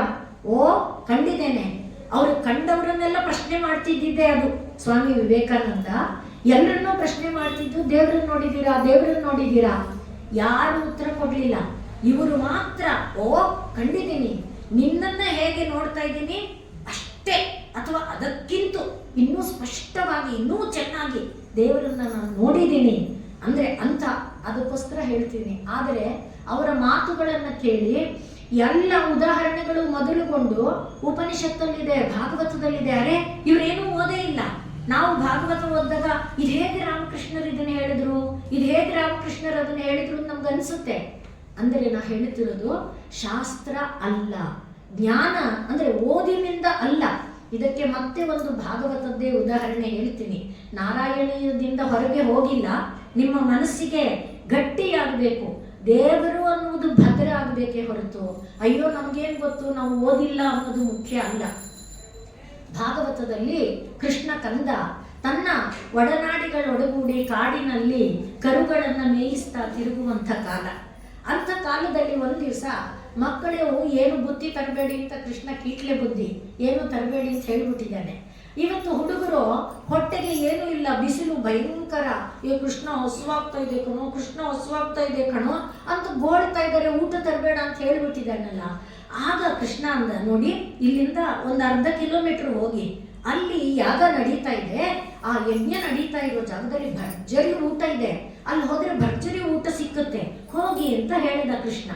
ಈ ಹುಡುಗರೆಲ್ಲ ಖುಷಿ, ಊಟ ಅಂದ್ರೆ ಅದರಲ್ಲೂ ಭರ್ಜರಿ ಊಟ, ನಮ್ಮಂತವ್ರಿಗೆ ಚಪ್ಪಲಾಗುತ್ತೆ ಅಲ್ವೇ, ಸಣ್ಣ ಹುಡುಗರಿಗೆ ಇನ್ನೂ ಆಸೆ, ಖುಷಿಗೆ ಕುಣ್ಕೊಂಡು ಹೋದ್ರು. ಅವ್ರು ಹೋಗೋ ವೇಳೆಗೆ ಅಲ್ಲಿ ಯಜ್ಞ ಮಾಡ್ತಿದ್ರಲ್ಲ, ಅವರು ಕಟ್ಟಿಗೆ ಎತ್ಕೊಂಡ್ರು. ಯಾರು ಅದು, ಹೋಗ್ರು, ಯಾಕೆ ಬಂದಿದ್ದೀರಿ ಯಜ್ಞ ಅಂತ ಕಟ್ಟಿಗೆಯಿಂದ ಹೊಡೆದು ಓಡಿಸ್ಬಿಟ್ರು. ಈ ಮಕ್ಕಳಿಗೆ ತುಂಬಾ ಅಳು ಬಂದ್ಬಿಡ್ತು. ಹತ್ತುಕೊಂಡು ಕೃಷ್ಣ, ಹೊಟ್ಟೆ ಹಸ್ದೋಗ್ತಾ ಇದೆ, ಅಲ್ಲಿ ಹೋಗು ಅಂತ ಹೇಳಿದ್ಯಲ್ಲ, ಹೊಡೆದು ಒಟ್ಟಿದ್ದಾರೆ ಕಣೋ, ಎಲ್ಲಿ ಹೋಗಿದ್ರಿ ನೀವು, ಯಾವ ಕಡೆ ಹೋಗಿದ್ರಿ? ಆಗ ಕೃಷ್ಣನ ಕೇಳಿದಾಗ ಅವ್ರು ಹೇಳಿದ್ರು, ನಾವು ಅಯ್ಯಯ್ಯೋ ಅಲ್ಲಲ್ಲ, ಅಡಿಗೆ ಮನೆ ಕಡೆ ಹೋಗ್ಬೇಕು ಅಂತ ಕೃಷ್ಣ ಹೇಳ್ದ. ಹೆಂಗಸರ ಕಡೆ ಹೋಗಿ ಅಂತ. ಈಗ ಹುಡುಗರು ಏನ್ ಮಾಡಿದ್ರು, ಹೆಂಗಸರ ಕಡೆ ಅಡಿಗೆ ಮನೆ ಕಡೆ ಬಂದ್ರು. ಆಗ ಕೃಷ್ಣ ಅಂತ ಇನ್ನೂ ಹೇಳಿದ್ರು ಅಷ್ಟೇ, ಮತ್ತೆ ಕೃಷ್ಣ ಅಂತ ಹೇಳಿ ಕೃಷ್ಣನಿಗೆ ಊಟ ಅಂತ ಹೇಳಿ ಕಳಿಸಿದ್ದ. ಆ ಹುಡುಗರು ಬಂದು ಕೃಷ್ಣ ಅಂತಿದ್ದ ಹಾಗೆ ಅಡಿಗೆ ಮನೆಯಲ್ಲಿದ್ದವರು ಎಲ್ಲ ಏನೇನು ಭಾಂಡಗಳಿತ್ತು, ಒಬ್ರು ಸೊಂಟದಲ್ಲಿ, ಒಬ್ರು ತಲೆ ಮೇಲೆ ಎತ್ಕೊಂಡು ದಬ ದಬ ದಬ ಓಡಿ ಬಂದ್ಬಿಟ್ರು. ಮನೆ ಗಂಡಸರು ಕೋಲೆತ್ತಿದ್ರು ಇಲ್ಲ, ಏನೆತ್ತಿದ್ರು ಇಲ್ಲ, ಎಲ್ಲ ಓಡ್ಕೊಂಡು ಬಂದು ಕೃಷ್ಣನಿಗೆ ಆ ಹುಡುಗರಿಗೆ ಮನ ತುಂಬಿ ಹೃದಯ ತುಂಬಿ ಬಡಿಸಿ ಬಡಿಸಿ ತೃಪ್ತಿ ಪಟ್ಟು ಬಿಟ್ಟಿದ್ದಾರೆ. ಈಗ ಊಟ ಎಲ್ಲ ಆಯ್ತು, ಎಲ್ಲ ಸಮೃದ್ಧಿ ಆಯ್ತು. ಆಮೇಲೆ ಕೃಷ್ಣ ಹೇಳಿದ, ನಿಮ್ಮ ಮನೆಗೆ ಹೋಗಿಮ್ಮ, ಯಜ್ಞ ನಡೀತಾ ಇರೋ ಜಾಗಕ್ಕೆ ಹೋಗಿ ಅಂತ ಹೇಳ್ದ. ಆಗ ಅವ್ರು ಹೇಳಿದ್ರು, ಕೃಷ್ಣ ನಾವು ಹೋಗಲ್ಲ, ಮನೆ ಯಜಮಾನರು ಹೊಡಿತಾರೆ, ನಾವು ಅವ್ರಿಗೆ ಹೇಳ್ದೆ ಕೇಳಿದ್ರೆ ಅವ್ರಿಗೆ ನೀರು ಬಂದ್ಬಿಟ್ಟಿದ್ದೀವಿ ಅಂತ ಅಂದ್ರು. ಇಲ್ಲ, ಧೈರ್ಯವಾಗಿ ಹೋಗಿ, ಅವನೇನು ಮಾಡಲ್ಲ, ಅವ್ರು ಯಾರು ಏನೂ ಮಾಡಲ್ಲ, ಧೈರ್ಯವಾಗಿ ನೀವು ಹಿಂತಿರುಗಿ ಹೋಗಿಮ್ಮ, ನಿಮ್ಮ ಕರ್ತವ್ಯ ಇದೆ. ಇಲ್ಲ ಕೃಷ್ಣ, ನೀನು ಗೋಪಸ್ತ್ರೀಯರಿಗೆಲ್ಲ ಏನೇನೋ ಫಲ ಕೊಟ್ಟಿದೀಯಾ ಅಲ್ವಾ, ನಮಗೂ ಆ ಫಲವನ್ನ ಕೊಡು ಕೃಷ್ಣ, ಅದೇ ನಮ್ಮ ಆಸೆ, ನಾವು ಹಿಂತಿರುಗಿ ಹೋಗಲ್ಲ, ನಿಮಗೂ ಅದಿದೆಮ್ಮ, ಈಗಾಗಲೇ ಸಿಕ್ಕಿದೆ, ಆದ್ರೂ ಅದಕ್ಕೂ ಒಂದು ಕಾಲ ಇದೆ, ಈಗ ನೀವು ಹಿಂತಿರುಗಿ ಹೋಗಿ, ನಿಮ್ಮ ಜವಾಬ್ದಾರಿ ಇದೆ, ಆ ಜವಾಬ್ದಾರಿಗಳನ್ನು ನಿರ್ವಹಣೆ ಮಾಡಿ ಅಂತ ಕೃಷ್ಣ ಕಳಿಸಿದ. ಇವರು ಭಯದಿಂದ ಬಂದ್ರು, ಗಂಡಂದ್ರು ಏನ್ ಮಾಡ್ತಾರೋ, ಯಾಕೆ ಅಂದ್ರೆ ಅವ್ರ ಆಜ್ಞೆ ಮೀರಿ ಬಂದ್ಬಿಟ್ಟಿದ್ದಾರೆ. ಆದರೆ ಗಂಡಸರೆಲ್ಲರೂ ಕೈ ಮುಗಿದರು. ಅಲ್ಲಿ ಹೇಳ್ತಾರೆ, ಭಾಗವತದಲ್ಲಿ ಮಾತಿದೆ, ಇವ್ರಿಗೇನು ವೇದಾನ, ಉಪನಯನಾನ, ಗಾಯತ್ರಿನ ಏನು ಅನುಷ್ಠಾನ ಮಾಡಿದಾರಪ್ಪ, ಯಾವ ಶಾಸ್ತ್ರ ಓದಿದ್ದಾರೆ, ಪರಮಾತ್ಮನ ಸಾಕ್ಷಾತ್ಕಾರ ಮಾಡ್ಕೊಂಡ್ಬಿಟ್ರು, ಪರಮಾತ್ಮನಿಗೆ ಕೈಯಾರೆ ಊಟ ಬಡಿಸಿದ ಪುಣ್ಯ. ಇದಕ್ಕೋಸ್ಕರ ಈ ಮಾತು ಹೇಳ್ತಾ ಇದ್ದೇನೆ. ಅಂದ್ರೆ ಏನು ಓದೋದು ಮುಖ್ಯ ಅಲ್ಲ, ಪರಮಾತ್ಮನನ್ನ ಹೊಂದೋದೇ ಜ್ಞಾನ. ಆ ಜ್ಞಾನ ಯಾವಾಗ ನಿಜ ಆಗುತ್ತಪ್ಪ, ಓದಿದ ಗ್ರಂಥಗಳ ಒಂದು ಜ್ಞಾನ ಸರಿ ಅಂತ ಆಗೋದು ಯಾವಾಗ, ಕರೆಕ್ಟ್ ಅಂತ ಆಗೋದು ಯಾವಾಗ, ಅದು ಪರಮಾತ್ಮ ತಲೆದೂಗಿದಾಗ. ಈಗ ಲಲಿತಾ ಸಹಸ್ರನಾಮ ನಾವು ನೋಡೋದೇನು, ತಾಯಿ ಲಲಿತಾ ಸಹಸ್ರನಾಮವನ್ನ ವಾಗ್ದೇವಿ ಮಂತ್ರಿಣಿಯರಿಗೆಲ್ಲ ನೀವು ರಚಿಸಿ ಅಂತ ಹೇಳಿದ ಮೇಲೆ ಸಭೆ ಕರೆದು ಕೂಡಿಸಿ ತಲೆದೂಗಿದಾಳೆ, ಕರೆಕ್ಟ್ ಅಂದಿದ್ದಾಳೆ ಅಲ್ವೇ ಅವಳು. ಅಂದ್ರೆ ಹಾಗೆ ಪರಮಾತ್ಮ ಮೆಚ್ಚಿದ್ದು. ಅದೇ ರೀತಿಯಲ್ಲಿ ವಿಷ್ಣು ಸಹಸ್ರನಾಮ ಭೀಷ್ಮಾಚಾರ್ಯರು ಹೇಳುವಾಗ ಕೃಷ್ಣ ಕೂತ್ಕೊಂಡಿದ್ದ, ಕೃಷ್ಣನ ಎದುರಿಗೆ ಹೇಳಿದ್ದಲ್ವೇ, ಕೃಷ್ಣ ತಲೆದೂಗಿದ. ಅಂದ್ರೆ ಯಾವುದಕ್ಕೆ ಪರಮಾತ್ಮ ಮೆಚ್ಚುತ್ತಾನೆ, ಯಾವುದನ್ನ ಹೇಳಿದರೆ ಪರಮಾತ್ಮ ಒಲಿದು ಬರ್ತಾನೆ. ಈಗ ಹಾಡಿನಲ್ಲಿ ಕೇಳಿದ್ರಲ್ಲ, ಅದು ಜ್ಞಾನ. ಇಷ್ಟು ಅರ್ಥ ಮಾಡಿಕೊಂಡ್ರೆ ಆ ಜ್ಞಾನ ನಮಗೆ ಬೇಕು. ಅಂದ್ರೆ ಏನು, ಭಗವಂತನ ನಾಮವನ್ನ ನಾಲಿಗೆಯಲ್ಲಿ ನುಡಿಯೋದೇ ಶಾಸ್ತ್ರ, ಭಗವಂತನ ನಾಮವನ್ನ ನಾಲಿಗೆಯಲ್ಲಿ ನುಡಿಯೋದೇ ಸ್ನಾನ, ಭಗವಂತನ ನಾಮವನ್ನ ನಾಲಿಗೆಯಲ್ಲಿ ನುಡಿಯೋದೇ ಊಟ. ಅದು ಈಗ ಹಾಡಿನಲ್ಲಿ ಹೇಳಿದ್ರು. ಭಗವಂತನ ನಾಮವನ್ನ ಏನು ಮಾಡ್ತೇವೆ ನಿತ್ಯ ನಿರಂತರ, ಹೋದಾಗ, ಕೂತಾಗ, ಎದ್ದಾಗ. ಭಾಗವತದಲ್ಲಿ ಹೇಳ್ತಾರೆ ಏನಂದ್ರೆ, ನಿಮ್ಮ ಮನೆ ಅಡ್ರೆಸ್ ಏನು ಅಂದ್ರೆ, ಇದೇ ಚಿಕ್ಕಲಿಂಗ ದೇವಸ್ಥಾನ ಇದೆಯಲ್ಲ, ಅದ್ರ ಪಕ್ಕದ ಬಂತಲ್ಲ ಪಕ್ಕದ ರಸ್ತೆಯಲ್ಲಿ, ಆ ಕಡೆ ತಿರುಗಿ ಎಡಕ್ಕೆ ಬಂದು ಬಲಕ್ಕೆ ತಿರುಗಿ ನೀವು ಏನೇ ಹೇಳುವಾಗ ಅಲ್ಲಿ ಚಿಕ್ಕ ಅಂದ್ರಲ್ಲ, ಅಷ್ಟು ಸಾಕು ಅನ್ನತ್ತೆ ಭಾಗವತ. ಸಾಂಕೇತ್ಯ ಅಂದ್ರೆ ಅಡ್ರೆಸ್ ಹೇಳುವಾಗ ದೇವರ ಹೆಸರು ತಗೊಂಡ್ಯಾ, ಸುಸ್ತಾದಾಗ ಅಯ್ಯೋ ರಾಮ ಅಂತ್ಯ ಸಾಕು ಅನ್ನತ್ತೆ. ಅಂದ್ರೆ ಹಾಗೆ ದೇವರ ನಾಮ ಬಾಯಲ್ಲಿ ನುಡಿಬೇಕು, ಅದು ಜ್ಞಾನ. ಇಷ್ಟು ಮಾತು ನಾನು ಹೇಳ್ತಾ ಮತ್ತೆ ಹಿಂದಕ್ಕೆ ಬರ್ತೀನಿ. ಖಗೋಳನನ್ನ ಮುಳುಗಿಸಿದ್ದಿರಲ್ವಾ, ಆ ಜ್ಞಾನ ಒಂದಿಗೂ ಇಲ್ಲ, ಖಗೋಳನಲ್ಲೂ ಆ ಭಾವ ಇಲ್ಲ. ಈ ಕಂದ ಅಷ್ಟಾವಕ್ರನಲ್ಲಿರುವಂತ ಒಂದು ಭಾವ. ಆದ್ರಿಂದ ಅಷ್ಟಾವಕ್ರ ತಾನು ಬಂದ ಜನಕನ ಸಭೆಗೆ, ಆ ವಂದಿಯ ಜೊತೆಯಲ್ಲಿ ವಾದಕ್ಕೆ ನಿಂತ. ಇಂಥ ಅನೇಕ ದೃಷ್ಟಾಂತ ತಲೆಯಲ್ಲಿ ಬರುತ್ತೆ, ಆದರೆ ನಾನು ನಾರಾಯಣೀಯಕ್ಕೆ ಬರಬೇಕು. ಆದ್ರಿಂದ ಅನೇಕ ಉದಾಹರಣೆಗಳಿದೆ. ಆ ಕಂದ ವಾದ ಮಾಡಿ ವಂದಿ ಸೋತೋದ. ಎಷ್ಟು ದೊಡ್ಡ ದೊಡ್ಡ ವಿದ್ವಾಂಸರು ಆಡಿಕೊಂಡು ನಕ್ಕ. ಮೊದಲಿಗೆ ಇವನ ಸ್ವರೂಪವನ್ನ ನೋಡಿ ಆಡಿಕೊಂಡು ನಕ್ಕ. ಯಾರು?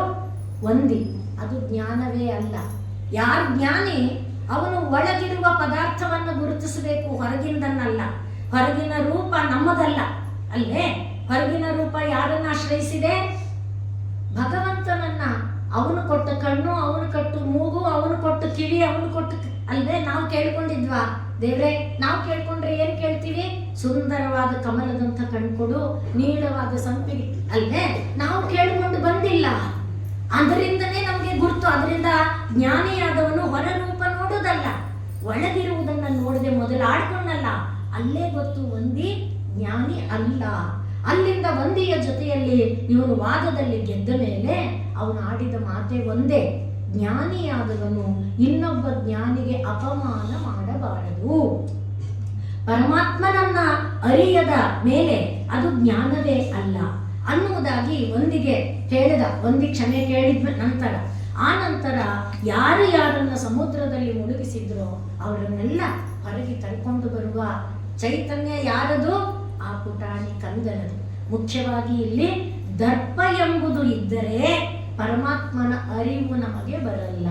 ಪರಮಾತ್ಮನ ಅರಿವು ಬರಲಿಲ್ಲ ಅಂದ್ರೆ ಆ ಶಾಸ್ತ್ರ, ಆ ಜ್ಞಾನ ವ್ಯರ್ಥ. ಇಷ್ಟು ಅರ್ಥ ಆಯ್ತಲ್ವಾ? ಈಗ ನಮ್ಮ ನಾರಾಯಣನ ಹತ್ತಿರಕ್ಕೆ ಬಂದ್ರೆ, ನಮ್ಮ ನಾರಾಯಣನಲ್ಲಿ ಕೂಡ, ಯಾರು ಮೇಪತ್ತೂರು ನಾರಾಯಣನಲ್ಲಿ ಕೂಡ ಆ ದರ್ಪ ಬಂದ ಕಾರಣ ಗರ್ವದಿಂದ ಮೆರೀತಾ ಇದ್ದ, ಗುರುಗಳಿಗೆ ಅಪಮಾನ ಮಾಡಿದ್ದ. ಅಚ್ಯುತ ಪಿಶಾರದಿ ಮಾತ್ರ ತುಂಬಾ ನೊಂದು ಬಿಟ್ಟಿದ್ರು. ಅವರಿಗೆ ಈ ಕುಟುಂಬ, ಇವನ ಮಾತೃದತ್ತನ ಕುಟುಂಬದ ಬಗ್ಗೆ ತುಂಬಾ ಗೌರವ. ಎಂಥ ಕುಟುಂಬದಲ್ಲಿ ಹುಟ್ಟಿ ಪಾಪಿಯಾಗ್ಬಿಟ್ಟಿಯಲ್ಲೋ ಅಯ್ಯೋ ಅಂತ ನೊಂದುಕೊಂಡು ಒಂದು ದಿವಸ ಸಂಕಟದಿಂದ ಅವರು ಪಾಠ ಮಾಡ್ತಾ ಇದ್ರೆ ಅವಹೇಳನಾತ್ಮಕವಾದ ರೀತಿಯಲ್ಲಿ ನಡ್ಕೊಂಡ. ಯಾರು? ನಾರಾಯಣ. ಯಾರು ಪಾಠ ಮಾಡ್ತಿದ್ರೆ? ಅಚ್ಯುತ ಪಿಶಾರದಿ. ಆಗ ನೊಂದು ದುಃಖದಿಂದ ಅಯ್ಯೋ ಅಯ್ಯೋ ಎಂಥ ಕುಟುಂಬಕ್ಕೆ ಕಳಂಕನಾಗಿ ಹುಟ್ಟುಬಿಟ್ಟಿಯಲ್ಲೋ ಅಂತ ನೊಂದು ಮಾತಾಡಿದ ಒಂದು ಧ್ವನಿ ಅವನಿಗೆ ಏನೋ ಬೆಳಕಾಯ್ತು. ನಾನು ಹೀಗಿರಬಾರ್ದು, ನಾನು ಸರಿಯಾಗಬೇಕು ಅನ್ನುವ ಭಾವ ಅವನಿಗೆ ಬಂದು, ಏನಾದರೂ ಜನ್ಮಗತ ಸಂಸ್ಕಾರ ಇತ್ತಲ್ಲ, ಆದ್ರಿಂದ ಅವನು ಈಗ ಒಳ್ಳೆಯವನಾಗುವ ರೀತಿಯಲ್ಲಿ ಪರಿವರ್ತಿತನಾದ. ಈ ಸಂದರ್ಭದಲ್ಲೇ ಅಚ್ಯುತ ಪಿಶಾರದಿಯವರಿಗೆ ಪಾರ್ಶ್ವರೋಗ ಅಂದ್ರೆ ಸ್ಟ್ರೋಕ್, ಪ್ಯಾರಾಲಿಸಿಸ್ ಸ್ಟ್ರೋಕ್ ಆಯಿತು. ಒಂದು ಕಾಲದಲ್ಲಿ ಪ್ಯಾರಾಲಿಸಿಸ್ ಸ್ಟ್ರೋಕ್ ಅಂದ್ರೆ ಬಹಳ ಬಾಧಾಕರವಾದ ರೋಗ, ವಾಸಿಯಾಗದೇ ಇರುವಂಥ ರೋಗ. ಈಗಲೂ ಕೂಡ ವಾಸಿಯಾಗತ್ತೆ, ತಕ್ಷಣದಲ್ಲಿ ಟ್ರೀಟ್ಮೆಂಟ್ ಕೊಟ್ರೆ, ಮತ್ತೆ ತುಂಬಾ ಕಡಿಮೆ ಲೆವೆಲ್ ಆಗಿದ್ರೆ ಇತ್ಯಾದಿ ಇತ್ಯಾದಿ. ಆದರೆ ಈಗಲೂ ಪೂರ್ಣ ವಾಸಿಯಾಗತ್ತೆ. ಈಗ ಕೈಗೇನೋ ಆಗಿತ್ತು ಅಂದ್ರೆ ಬೆರಳುಗಳ ಮೂವ್ಮೆಂಟ್ ಬರುತ್ತೆ ಬರಲ್ಲ, ಏನು ಪೂರ್ಣ ಹೇಳಕ್ ಬರಲ್ಲ. ಆ ಕಾಲದಲ್ಲಂತೂ ಇನ್ನೂ ಕಷ್ಟ ಇತ್ತು. ಹಾಗಾಗಿ ಗುರುಗಳು ಈ ಪ್ಯಾರಾಲಿಸಿಸ್ ಸ್ಟ್ರೋಕ್ ಆಗಿ ನರಳದನ್ನ ನೋಡಿದ. ಯಾರು? ನಾರಾಯಣ. ಗುರುಗಳ ಸೇವೆ ಮಾಡೋದಕ್ಕೆ ಮಾಡ್ತಿದ್ದ. ಆ ಗುರುಗಳ ನೋವು ಮಾತ್ರ ಅವನಿಗೆ ತುಂಬಾ ನೋವಾಯಿತು. ನನ್ನನ್ನ ಮನುಷ್ಯನನ್ನಾಗಿ ಮಾಡಿದವರಿಗೆ ಇಂಥ ಬಾಧೆನಾ ಅಂತ ಅನ್ನಿಸ್ತು. ಆಗ ಅವನು ದೇವರನ್ನ ಕೇಳ್ಕೊಂಡ, ದೇವರೇ ನನಗೆ ಈ ರೋಗ ಕೊಟ್ಟು ಬಿಡು, ನಮ್ಮ ಗುರುಗಳನ್ನ ಚೆನ್ನಾಗಿ ಮಾಡು, ನಾನು ಪಾಪಿ ದರ್ಪಿಷ್ಟನಾಗಿ ಏನೇನೆಲ್ಲ ಮಾಡಿಬಿಟ್ಟೆ, ನನಗೆ ಈ ರೋಗವನ್ನ ಕೊಡು ಅಂತ ದೇವರಲ್ಲಿ ಪ್ರಾರ್ಥನೆ ಮಾಡಿಕೊಂಡ. ಆಗ ಏನಾಯ್ತು? ಅಚ್ಯುತ ಪಿಶಾರದಿಗೆ ಇದ್ದಂಥ ರೋಗ ಇವನಿಗೆ ಬಂತು. ಇದೆಲ್ಲ ಬರೀ ಕಟ್ಟುಕಥೆ ಅನ್ಕೊಳ್ಳಬೇಡಿ, 1560 ಇಸ್ವಿಯಲ್ಲಿ ನಡೆದಿರುವಂಥದ್ದು ಅನ್ನೋದು ರೆಕಾರ್ಡ್ ಆಗಿರೋದ್ರಿಂದ ಕಟ್ಟುಕಥೆ ಆಗಲ್ಲ. ಒಟ್ಟಿನಲ್ಲಿ ರೋಗ ಈಗ ಅಲ್ಲದೆ ಆದ್ರೂ ಕಥೆಯಲ್ಲಿರುವ ತತ್ವ ಮುಖ್ಯ, ಅದನ್ನು ಹಿಡ್ಕೊಳ್ಳಿ. ಈಗ ಇವನು ರೋಗವನ್ನು ತಂದ್ಕೊಂಡ.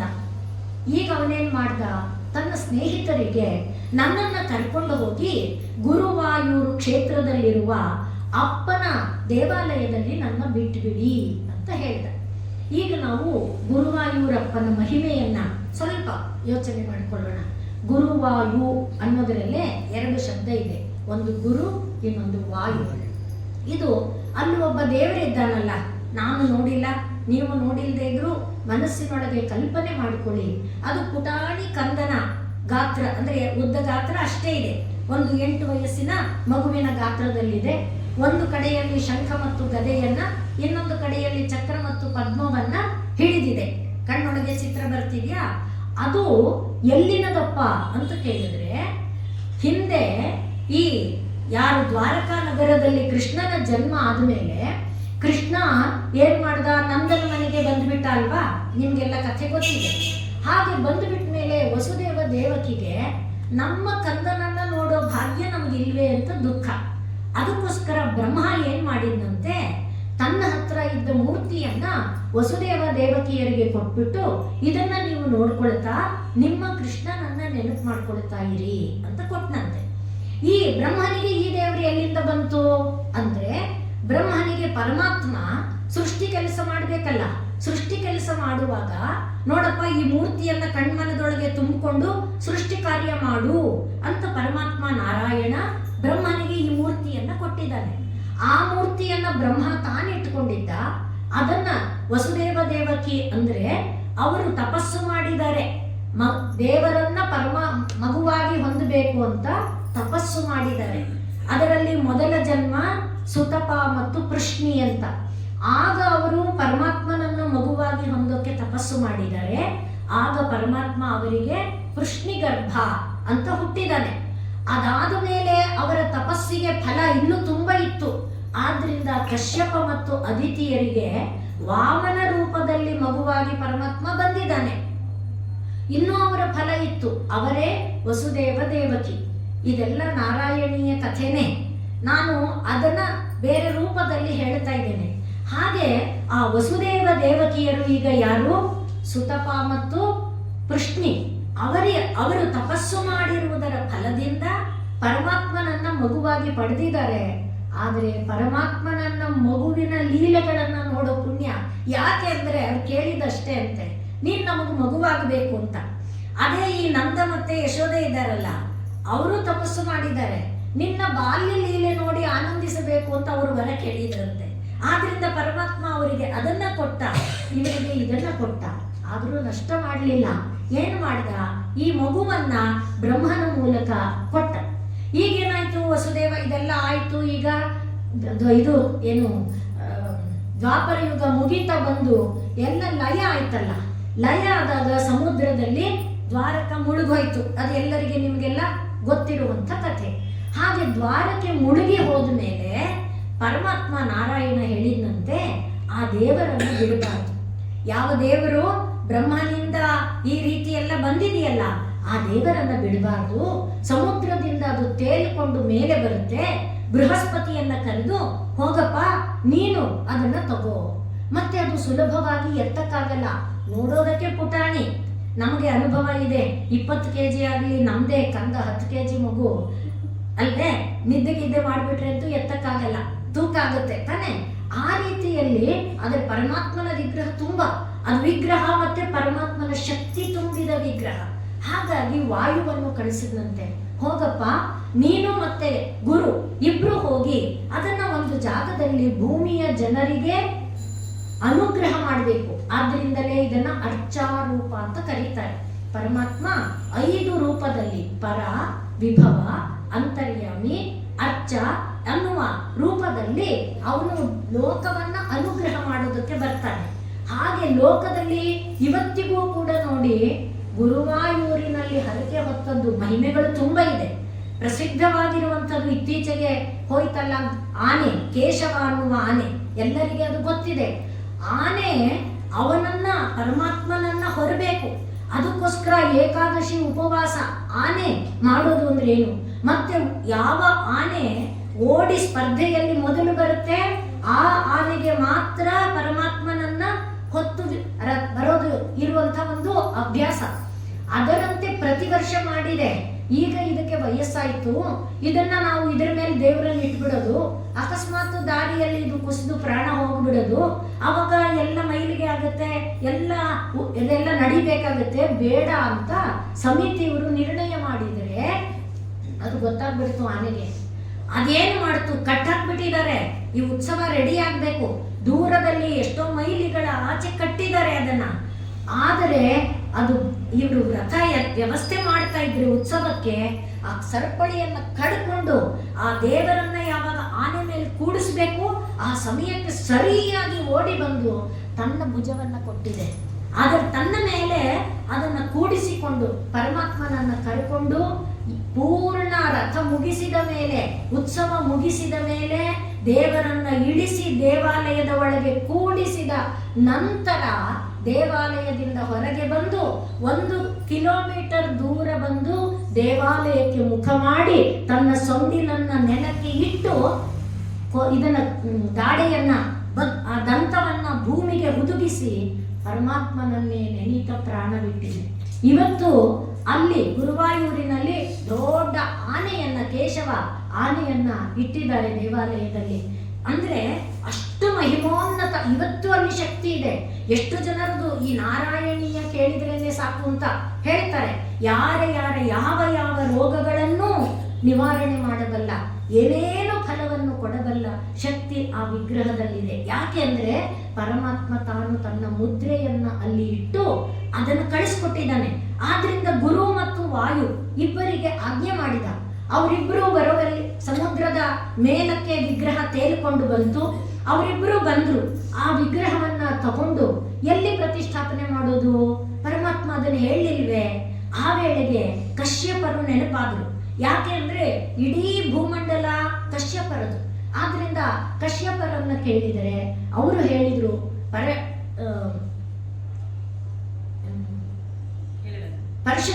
ಪರಶುರಾಮ ಕ್ಷೇತ್ರ ಕೇರಳ. ಆದ್ರಿಂದ ಕೇರಳದಲ್ಲಿ ಪರಶುರಾಮ ಕ್ಷೇತ್ರದಲ್ಲಿ ಇದು ಅದನ್ನ ಅವನೇ ದಾರಿ ತೋರಿಸ್ತಾನೆ. ಹಾಗೆ ಅಲ್ಲೊಂದು ಶಿವ ದೇವಾಲಯದ ಸಮೀಪದಲ್ಲಿ ಇದನ್ನ ಪ್ರತಿಷ್ಠಾಪನೆ ಮಾಡಿದ್ದಾರೆ. ಅಂಥ ಜಾಗದಲ್ಲಿ ಈಗ ಯಾರು ಬಂದಿದ್ದಾನೆ? ನಮ್ಮ ನಾರಾಯಣ ಬಂದು ಕೂತಿದ್ದಾನೆ. ಪ್ರಾರ್ಥನೆ ಮಾಡ್ದ ಆದ್ರೆ ಅವನ ಪ್ರಾರ್ಥನೆ ಕೇಳಲಿಲ್ಲ ಪರಮಾತ್ಮ. ಅವನಿಗೆ ಆರೋಗ್ಯ ಬರಲಿಲ್ಲ. ಏನು ಮಾಡಬೇಕು ಅಂತ ಒದ್ದಾಡ್ತಾ ಇರುವಾಗ ಅಲ್ಲಿ ದೇವಾಲಯದಲ್ಲಿ, ಇದೆಲ್ಲ ನಾನು ಓದಿರೋದನ್ನ ಹೇಳ್ತಿರೋದನ್ನ ಕಂಡಿಲ್ಲ, ಅಲ್ಲಿ ನಾರಾಯಣ ಪೀಠ ಅಂತ ಇದೆಯಂತೆ. ಅವನು ಪರಮಾತ್ಮನ ಜಾಗ ಅಲ್ಲಿ ಎಲ್ಲಿ ಕೂತಿದ್ದ ಅಂದ್ರೆ ಜನರು ಬರುವವರಿಗೆ ಹೋಗೋರಿಗೆ ತೊಂದರೆ ಕೊಡದೆ ಹೀಗೆ ಯಾವುದೋ ಒಂದು ಮೂಲೆಯಲ್ಲಿ, ಆದರೆ ದೇವರು ಮಾತ್ರ ಅವನಿಗೆ ಕಾಣಬೇಕು. ಹಾಗೆ ಆ ಜಾಗದಲ್ಲಿ ಕೂತು ದೇವರನ್ನ ನಿತ್ಯ ಪ್ರಾರ್ಥನೆ ಮಾಡಿದ್ದಾನೆ. ಆಗ ಅವನಿಗೆ ಪ್ರೇರಣೆ ಬಂತಂತೆ, ಭಾಗವತ ಎನ್ನುವ ಕಥೆಯನ್ನ ನೀನು ಬರಿ ಅಂತ. ಆಗ ಅದು ಬರೆದ್ರೆ ನಿನಗೆ ಆರೋಗ್ಯ ಆಗುತ್ತೆ. ಅದಕ್ಕಾಗಿ ಈಗಾಗಲೇ ಭಾಗವತ ಎನ್ನುವುದು ವ್ಯಾಸರು ಲೋಕಕ್ಕೆ ಕೊಟ್ಟಿರುವಂಥದ್ದು. ವ್ಯಾಸರು ಭಾಗವತವನ್ನ ಕೊಟ್ಟಿರೋದೇ ಒಂದು ದೊಡ್ಡ ಕಥೆ. ಅಂದ್ರೆ ಭಾರತವಂಥ ಕೃತಿಯನ್ನ ಬರೆದಂಥ ವ್ಯಾಸರು. ಭಾರತ ಎಂಥ ಮಹಿಮೋನ್ನತ ಕೃತಿ, ಅದಕ್ಕೆ ಸರಿಸಾಟಿಯಾದ್ದು ಇನ್ನೊಂದಿಲ್ಲ. ಅಂಥ ಒಂದು ಕೃತಿಯನ್ನ ಬರೆದ ಮೇಲೂ ಕೂಡ ವ್ಯಾಸರಿಗೆ ಬೇಜಾರಂತೆ, ತಲೆ ಮೇಲೆ ಕೈ ಹೊತ್ಕೊಂಡು ಕೂತಿದ್ರಂತೆ.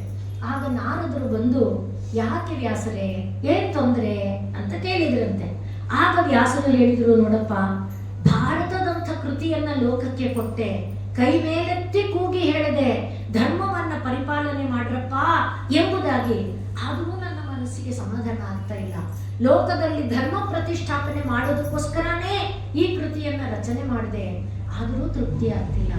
ಗುರುಗಳೇ, ನೀವು ಧರ್ಮವನ್ನ ಹೇಳಿದ್ರಿ, ಧರ್ಮ ಪುರುಷನನ್ನ ಬಿಟ್ಬಿಟ್ಟಿದ್ದೀರಿ, ಧರ್ಮ ಪುರುಷನನ್ನ ಗೌಣ ಮಾಡಿದಿರಿ, ಧರ್ಮನನ್ನ ಮೇಲೆತ್ತಿದ್ದೀರಿ, ಈಗ ಧರ್ಮ ಪುರುಷನನ್ನ ಎತ್ತಿ ಅಂತ ಹೇಳಿದಾಗ ಭಾಗವತವನ್ನ ಅವರು ರಚನೆ ಮಾಡಿದ್ರು. ಅದು ಕೂಡ ನಾರದರೇ ತನಗೆ ತನ್ನ ತಂದೆ ಬ್ರಹ್ಮ ಬೋಧಿಸಿದ್ದನ್ನ ಹೇಳಿ ಇದನ್ನ ಮುಂದುವರಿಸಿ ಅಂತ ಹೇಳಿದ್ರು ಅಂತ ಭಾಗವತದಲ್ಲಿ ನಾವು ನೋಡ್ತೇವೆ. ಈ ಭಾಗವತ ಕೃತಿ 18,000 ಶ್ಲೋಕ ಇದೆ. 18,000 ಶ್ಲೋಕದ ಕೃತಿಯನ್ನ ನಮ್ಮ ನಾರಾಯಣ 1036 ಶ್ಲೋಕದ ಒಳಗೆ ಸಂಗ್ರಹ ಮಾಡಿದ್ದಾರೆ. ಮೊದಲನೆಯದಾಗಿ ಹಾಗೆ ಮಾಡೋದು ಅಸಂಭವ, ಅಸಾಧ್ಯ. ಎರಡನೆಯದು ಸಂಗ್ರಹವನ್ನ, ಮೂಲವನ್ನು ಮತ್ತೆ ಕೃತಿಯನ್ನು, ನಾರಾಯಣೀಯವನ್ನು ಭಾಗವತವನ್ನು ಪಕ್ಕ ಇಟ್ಕೊಂಡ್ರೆ ಒಂದು ಪಾಯಿಂಟ್ ಬಿಟ್ಟಿಲ್ಲ. 18,000ದಲ್ಲಿ ವ್ಯಾಸರು ಏನು ಹೇಳಿದ್ದಾರೆ ಅಷ್ಟು ಅಂಶವನ್ನ 1036 ಶ್ಲೋಕದ ಒಳಗೆ ಸಂಗ್ರಹ ಮಾಡಿದ್ದಾರೆ. ಹಾಗೆ ಸಂಗ್ರಹ ಮಾಡಿ ನಾರಾಯಣ ಒಂದೊಂದು ದಿವಸಕ್ಕೆ ಎಷ್ಟು ರಚಿಸಿದರೂ ಗೊತ್ತಿಲ್ಲ. ಒಟ್ಟು 10 ಶ್ಲೋಕಗಳ 100 ಅಧ್ಯಾಯ. ಆದರೆ 1036 ಇದೆ. ಕೆಲವು ಶ್ಲೋಕಗಳಲ್ಲಿ, ಕೆಲವು ಅಧ್ಯಾಯಗಳಲ್ಲಿ 12, ಕೆಲವು ಅಧ್ಯಾಯದಲ್ಲಿ 13, ಕೆಲವು ಅಧ್ಯಾಯದಲ್ಲಿ 11, ಹೀಗಿದೆ. ಒಟ್ಟು 1036 ಶ್ಲೋಕಗಳಿಂದ ಕೂಡಿರುವ ಈ ನಾರಾಯಣೀಯವನ್ನ ಅವರು ರಚನೆ ಮಾಡಿದರು. ಹಾಗೆ ಮಾಡ್ತಾ ಮಾಡ್ತಾ ಮಾಡ್ತಾ ಕೊಟ್ಟ ಕೊನೆಯ ಅಧ್ಯಾಯಕ್ಕೆ ಬರುವಲ್ಲಿಯ ವೇಳೆಗೆ ಮೊದಲು ಅವರು ಕೇಳ್ಕೊಂಡಿದ್ದೆಲ್ಲ ನನ್ನ ರೋಗವನ್ನ ನಿವಾರಣೆ ಮಾಡು, ನನ್ನ ರೋಗವನ್ನ ನಿವಾರಣೆ ಮಾಡು ಅಂತೇ ಕೇಳ್ಕೊಳ್ತಾ ಬಂದ್ರು. ರೋಗ ಯಾರಿಗಿಲ್ಲ? ನಮಗೆ ಶರೀರ ಚೆನ್ನಾಗಿದೆ, ಆದ್ರೆ ಸಂಸಾರ ಅನ್ನೋದೇ ಒಂದು ರೋಗ ಅಲ್ವೇ? ಅದನ್ನ ಭವರೋಗ ಅಂತ ಕರೀತಾರೆ. ಆದ್ರಿಂದ ಸಂಸಾರದಲ್ಲಿ ಬಂದು ಬಂದು ಹೋಗ್ತಾ ಇದ್ದೇವಲ್ಲ, ಎಷ್ಟು ಶರೀರ ಪಡ್ಕೊಂಡ್ವೋ, ಎಷ್ಟು ಶರೀರದಲ್ಲಿ ಏನೇನಾಗಿ ಬಂದ್ವೋ. ಆದ್ರಿಂದ ಇವತ್ತು ನಾವು ಕಷ್ಟವನ್ನು, ನಷ್ಟವನ್ನು, ನೋವನ್ನು ಏನನ್ನ ಪಡೀತಿದ್ದೀವಿ ಅದೆಲ್ಲ ಪಾಪ ಪುಣ್ಯಗಳ ಫಲ. ಅದರಿಂದ ನಾವು ಇದನ್ನ ಪಡೀತಾ ಇದ್ದೇವಲ್ಲ, ಆ ರೋಗ. ಅದರಿಂದ ಅವರು ಹೇಳುವಾಗ ಅಲ್ಲಿ ಏನು ಹೇಳ್ತಾರೆ, ನನ್ನ ಗದಕ್ಲಿಷ್ಟಂ ಅಂದ್ರೆ ರೋಗದಿಂದ ಬಾಧೆ ಪಡ್ತಾ ಇರುವಂತ ನನ್ನ ರೋಗವನ್ನ, ಅದು ಕಷ್ಟ, ತುಂಬಾ ಕಷ್ಟ, ಅದನ್ನ ನೀನು ನಿವಾರಣೆ ಮಾಡ್ಲಾರಿಯಾ ಅಂತ ಪ್ರತಿ ಶ್ಲೋಕದ, ಪ್ರತಿ ಅಧ್ಯಾಯದ ಕೊನೆಯಲ್ಲಿ ಅದನ್ನೇ ಪ್ರಾರ್ಥನೆ ಮಾಡ್ತಾರೆ. ದೇವರೇ ರೋಗ ನಿವಾರಣೆ ಮಾಡು, ಮತ್ತೆ ಏನು ಕೊಡು? ಚರಣ ಸೇವಾ ರಸ, ನಿನ್ನ ಪಾದಾರವಿಂದಗಳ ಸೇವೆಯನ್ನ ಮಾಡುವ ರಸವನ್ನ, ಅದರಲ್ಲಿ ಈಗ ನಾ ಹೇಳಿದ್ನಲ್ವಾ, ಭಗವನ್ನಾಮವನ್ನ ಭಾವಿಸುವ ರಸವನ್ನ ನನಗೆ ಕೊಡ್ಲಾರಿಯ, ಅದನ್ನ ಕೊಡು, ನನಗಿನ್ನೇನು ಬೇಡ ಅನ್ನುವುದಾಗಿ ಪ್ರತಿ ಸರ್ಗದಲ್ಲಿ ಅವರು ಅದನ್ನ ಕೇಳ್ಕೊಳ್ತಾರೆ. ಆದ್ರಿಂದ ನನಗಿನ್ನೇನು ಬೇಕಾಗಿಲ್ಲ, ನನ್ನ ಮನಸ್ಸು ಯಾವಾಗಲೂ ನಿನ್ನೊಳಗೆ ತುಂಬಿರಬೇಕು. ಹಾಗೆ ಕೇಳ್ತಾ ಕೇಳ್ತಾ ಕೇಳ್ತಾ ಆ ಪರಮಾತ್ಮನನ್ನೇ ನೋಡ್ತಾ ನೋಡ್ತಾ ನೋಡ್ತಾ ಪರಮಾತ್ಮನ ಅನುಭೂತಿ ಅವರ ಒಳಗೆ ಆಗುತ್ತಾ ಪರಮಾತ್ಮನ ಸಾಕ್ಷಾತ್ಕಾರವನ್ನು ಅವರು ಪಡ್ಕೊಳ್ತಾರೆ. ಹೇಗಪ್ಪ ಅಂದ್ರೆ ಅಗ್ರೇ ಪಶ್ಯಾಮಿ. ಈಗ ರಾಮಕೃಷ್ಣ ಪರಮಹಂಸರು ಹೇಳಿದ್ರಲ್ಲ, ಯಾವ ರೀತಿ ಪರಮಾತ್ಮನನ್ನ ನಿನ್ನನ್ನ ನೋಡಿದಂತೆ ಇನ್ನೂ ಸ್ಪಷ್ಟವಾಗಿ ನಾನು ನೋಡ್ತಾ ಇದ್ದೇನೆ, ಆ ರೀತಿಯಲ್ಲಿ ಅಗ್ರೇ ಪಶ್ಯಾಮಿ, ಕಣ್ಣೆದುರಿಗೆ ನಾನು ಪರಮಾತ್ಮನನ್ನ ಕಾಣ್ತಾ ಇದ್ದೇನೆ ಅನ್ನುವಂಥ ಒಂದು ಇದನ್ನ, ಭಾವವನ್ನ, ಅನುಭೂತಿಯನ್ನ ನಾರಾಯಣ ಪಡೀತಾರೆ. ಆದ್ರಿಂದಲೇ ನಾರಾಯಣನು ರಚಿಸಿದ ಕೃತಿ, ಆದ್ರಿಂದ ಇದು ನಾರಾಯಣೀಯ, ನಾರಾಯಣನಿಗೆ ಸಂಬಂಧಪಟ್ಟಿದ್ದು ನಾರಾಯಣೀಯ. ಇನ್ನು ಯಾರನ್ನ ಈ ಕೃತಿಯಲ್ಲಿ ಬರೆದಿರೋದು ಯಾರನ್ನ? ನಾರಾಯಣನನ್ನ. ನಾರಾಯಣ ಅಂದ್ರೆ ಯಾರು? ಮೊದಲಿಗೆ ಹೇಳ್ಕೊಂಡ್ರಿ, ಎಲ್ಲವೂ ಅಂದ್ರೆ ಚರಾಚರವಾಗಿರುವಂಥ ಎಲ್ಲ ಪದಾರ್ಥಗಳು, ಎಲ್ಲದರಲ್ಲಿ ನಾರು ಇದೆ. ಆ ನಾರ ಅಂದ್ರೆ ನಿಜವಾಗಿ ಜಲ ಅಂತ ಅರ್ಥ. ನಾರ ಅಂದ್ರೆ ಜಲ. ಜಲ ಅಂದ್ರೆ ನಮ್ಮ ಜೀವ ಜಲ ಅಂತ ಹೇಳ್ತೇವೆ. ಜಲ ಇಲ್ಲದೆ ಯಾವುದೂ ಉತ್ಪನ್ನ ಆಗಲ್ಲ. ಅದಕ್ಕೆ ಸೃಷ್ಟಿಯಲ್ಲಿ ಹೇಳುವಾಗ ಪರಮಾತ್ಮ ಹಿರಣ್ಯ ಗರ್ಭಾಂಡವನ್ನು ಸೃಷ್ಟಿ ಮಾಡಿ ಕಾರಣ ಜಲದಲ್ಲಿ ಅದನ್ನು ತೇಲಿ ಬಿಟ್ಟ ಅಂತಾರೆ. 1000 ವರ್ಷಗಳ ಕಾಲ ಅದು ತೇಲಿ ಬಿಟ್ಟ ಮೇಲೆ ಒಡಕೊಳ್ತು ಅಂತ ಹೇಳ್ತಾರೆ. ಹಾಗೆ ಕಾರಣ ಈಗ ಯಾವುದೇ ನೋಡಿ, ಒಂದು ಎಳನೀರು, ಎಳನೀರಿನಲ್ಲಿ ಮೊದಲು ಏನಿರುತ್ತೆ? ಬರೀ ನೀರೇ ಅಲ್ವೇ? ಸ್ವಲ್ಪ ಕಾಲ ಕಳೆದ್ರೆ ಒಂದು ತೆಳು ಗಂಜಿ ಅಲ್ವಾ, ಎಷ್ಟು ತೆಳು, ಟ್ರಾನ್ಸ್ಪರೆಂಟ್ ಇರುತ್ತೆ. ಅದೇ ಸ್ವಲ್ಪ ಕಾಲ ಕಳೆದ್ರೆ ಸ್ವಲ್ಪ ಬಿಳಿ ಬಣ್ಣ ಬರುತ್ತೆ. ಅದೇ ಇನ್ನು ಸ್ವಲ್ಪ ಕಾಲ ಕಳೆದ್ರೆ ತಿರುಳು ದಪ್ಪ ಆಗ್ತಾ ಬರುತ್ತೆ. ಅದೇ ಕಾಲ ಕಳೀತಾ ಕಳೀತಾ ನೀರಂಶ ಕಡಿಮೆ ಆಗ್ತಾ ಆಗ್ತಾ ಏನಾಯ್ತು?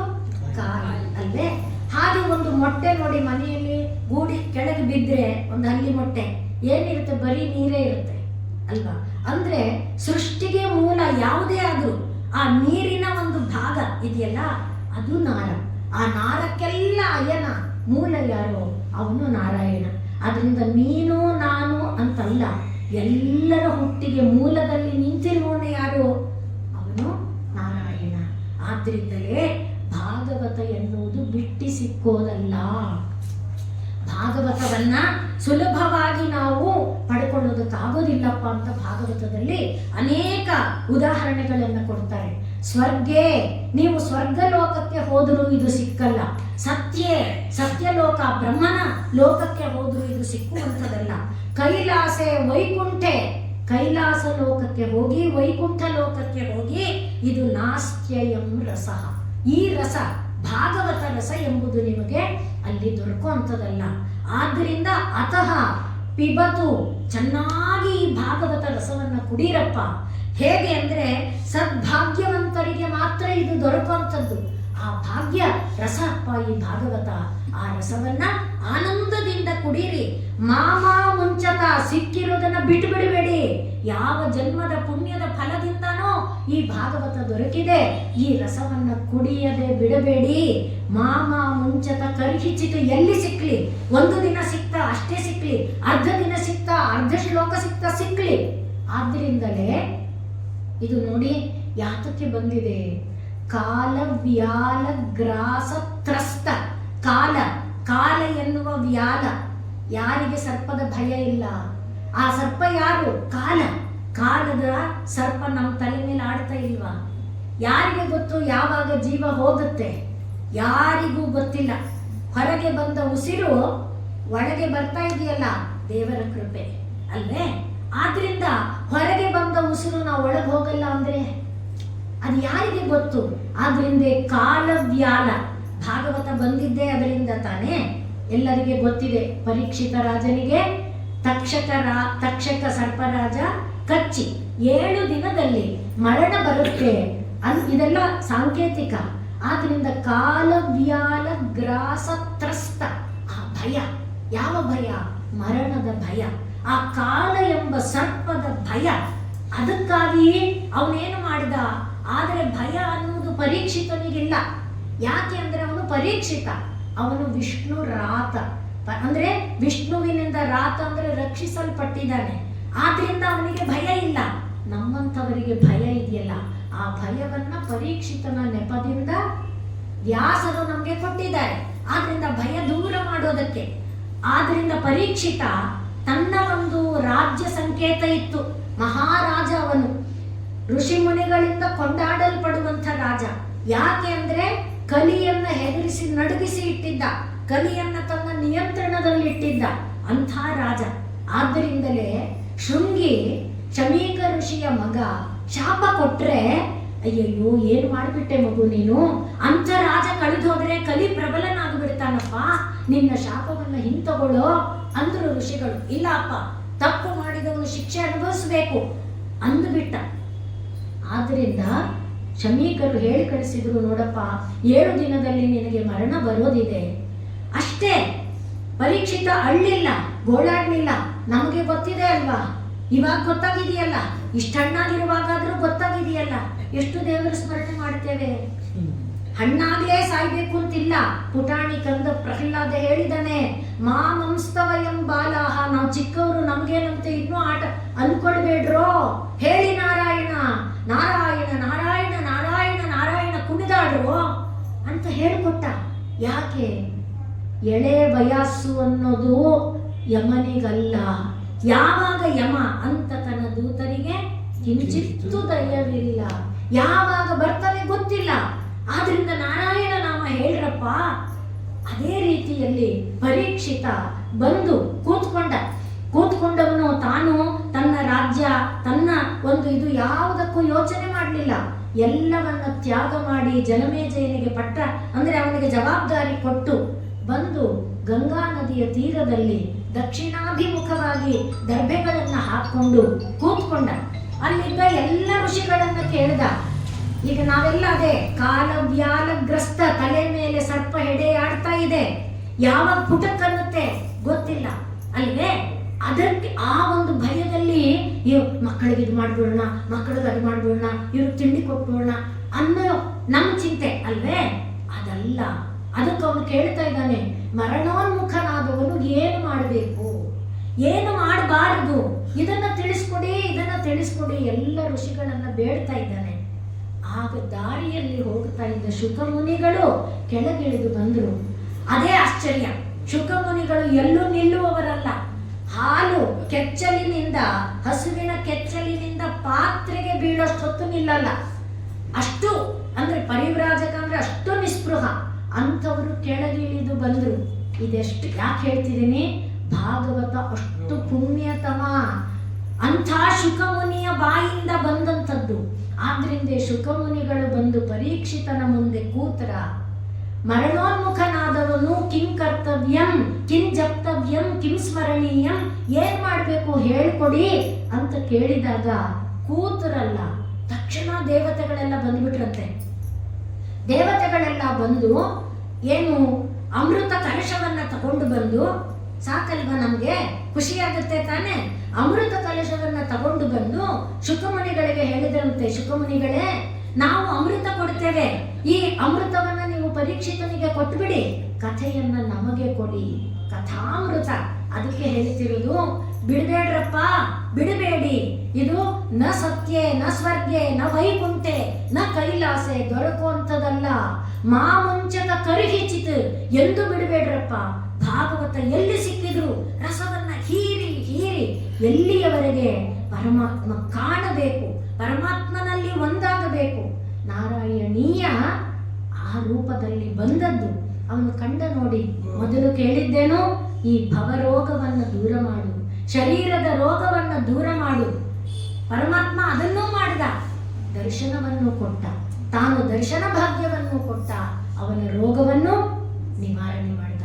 ಆದ್ರಿಂದ ಭಾಗವತ ಎಂಬುದು ಸುಲಭವಾಗಿ ದೊರಕುವಂಥದ್ದಲ್ಲಪ್ಪ.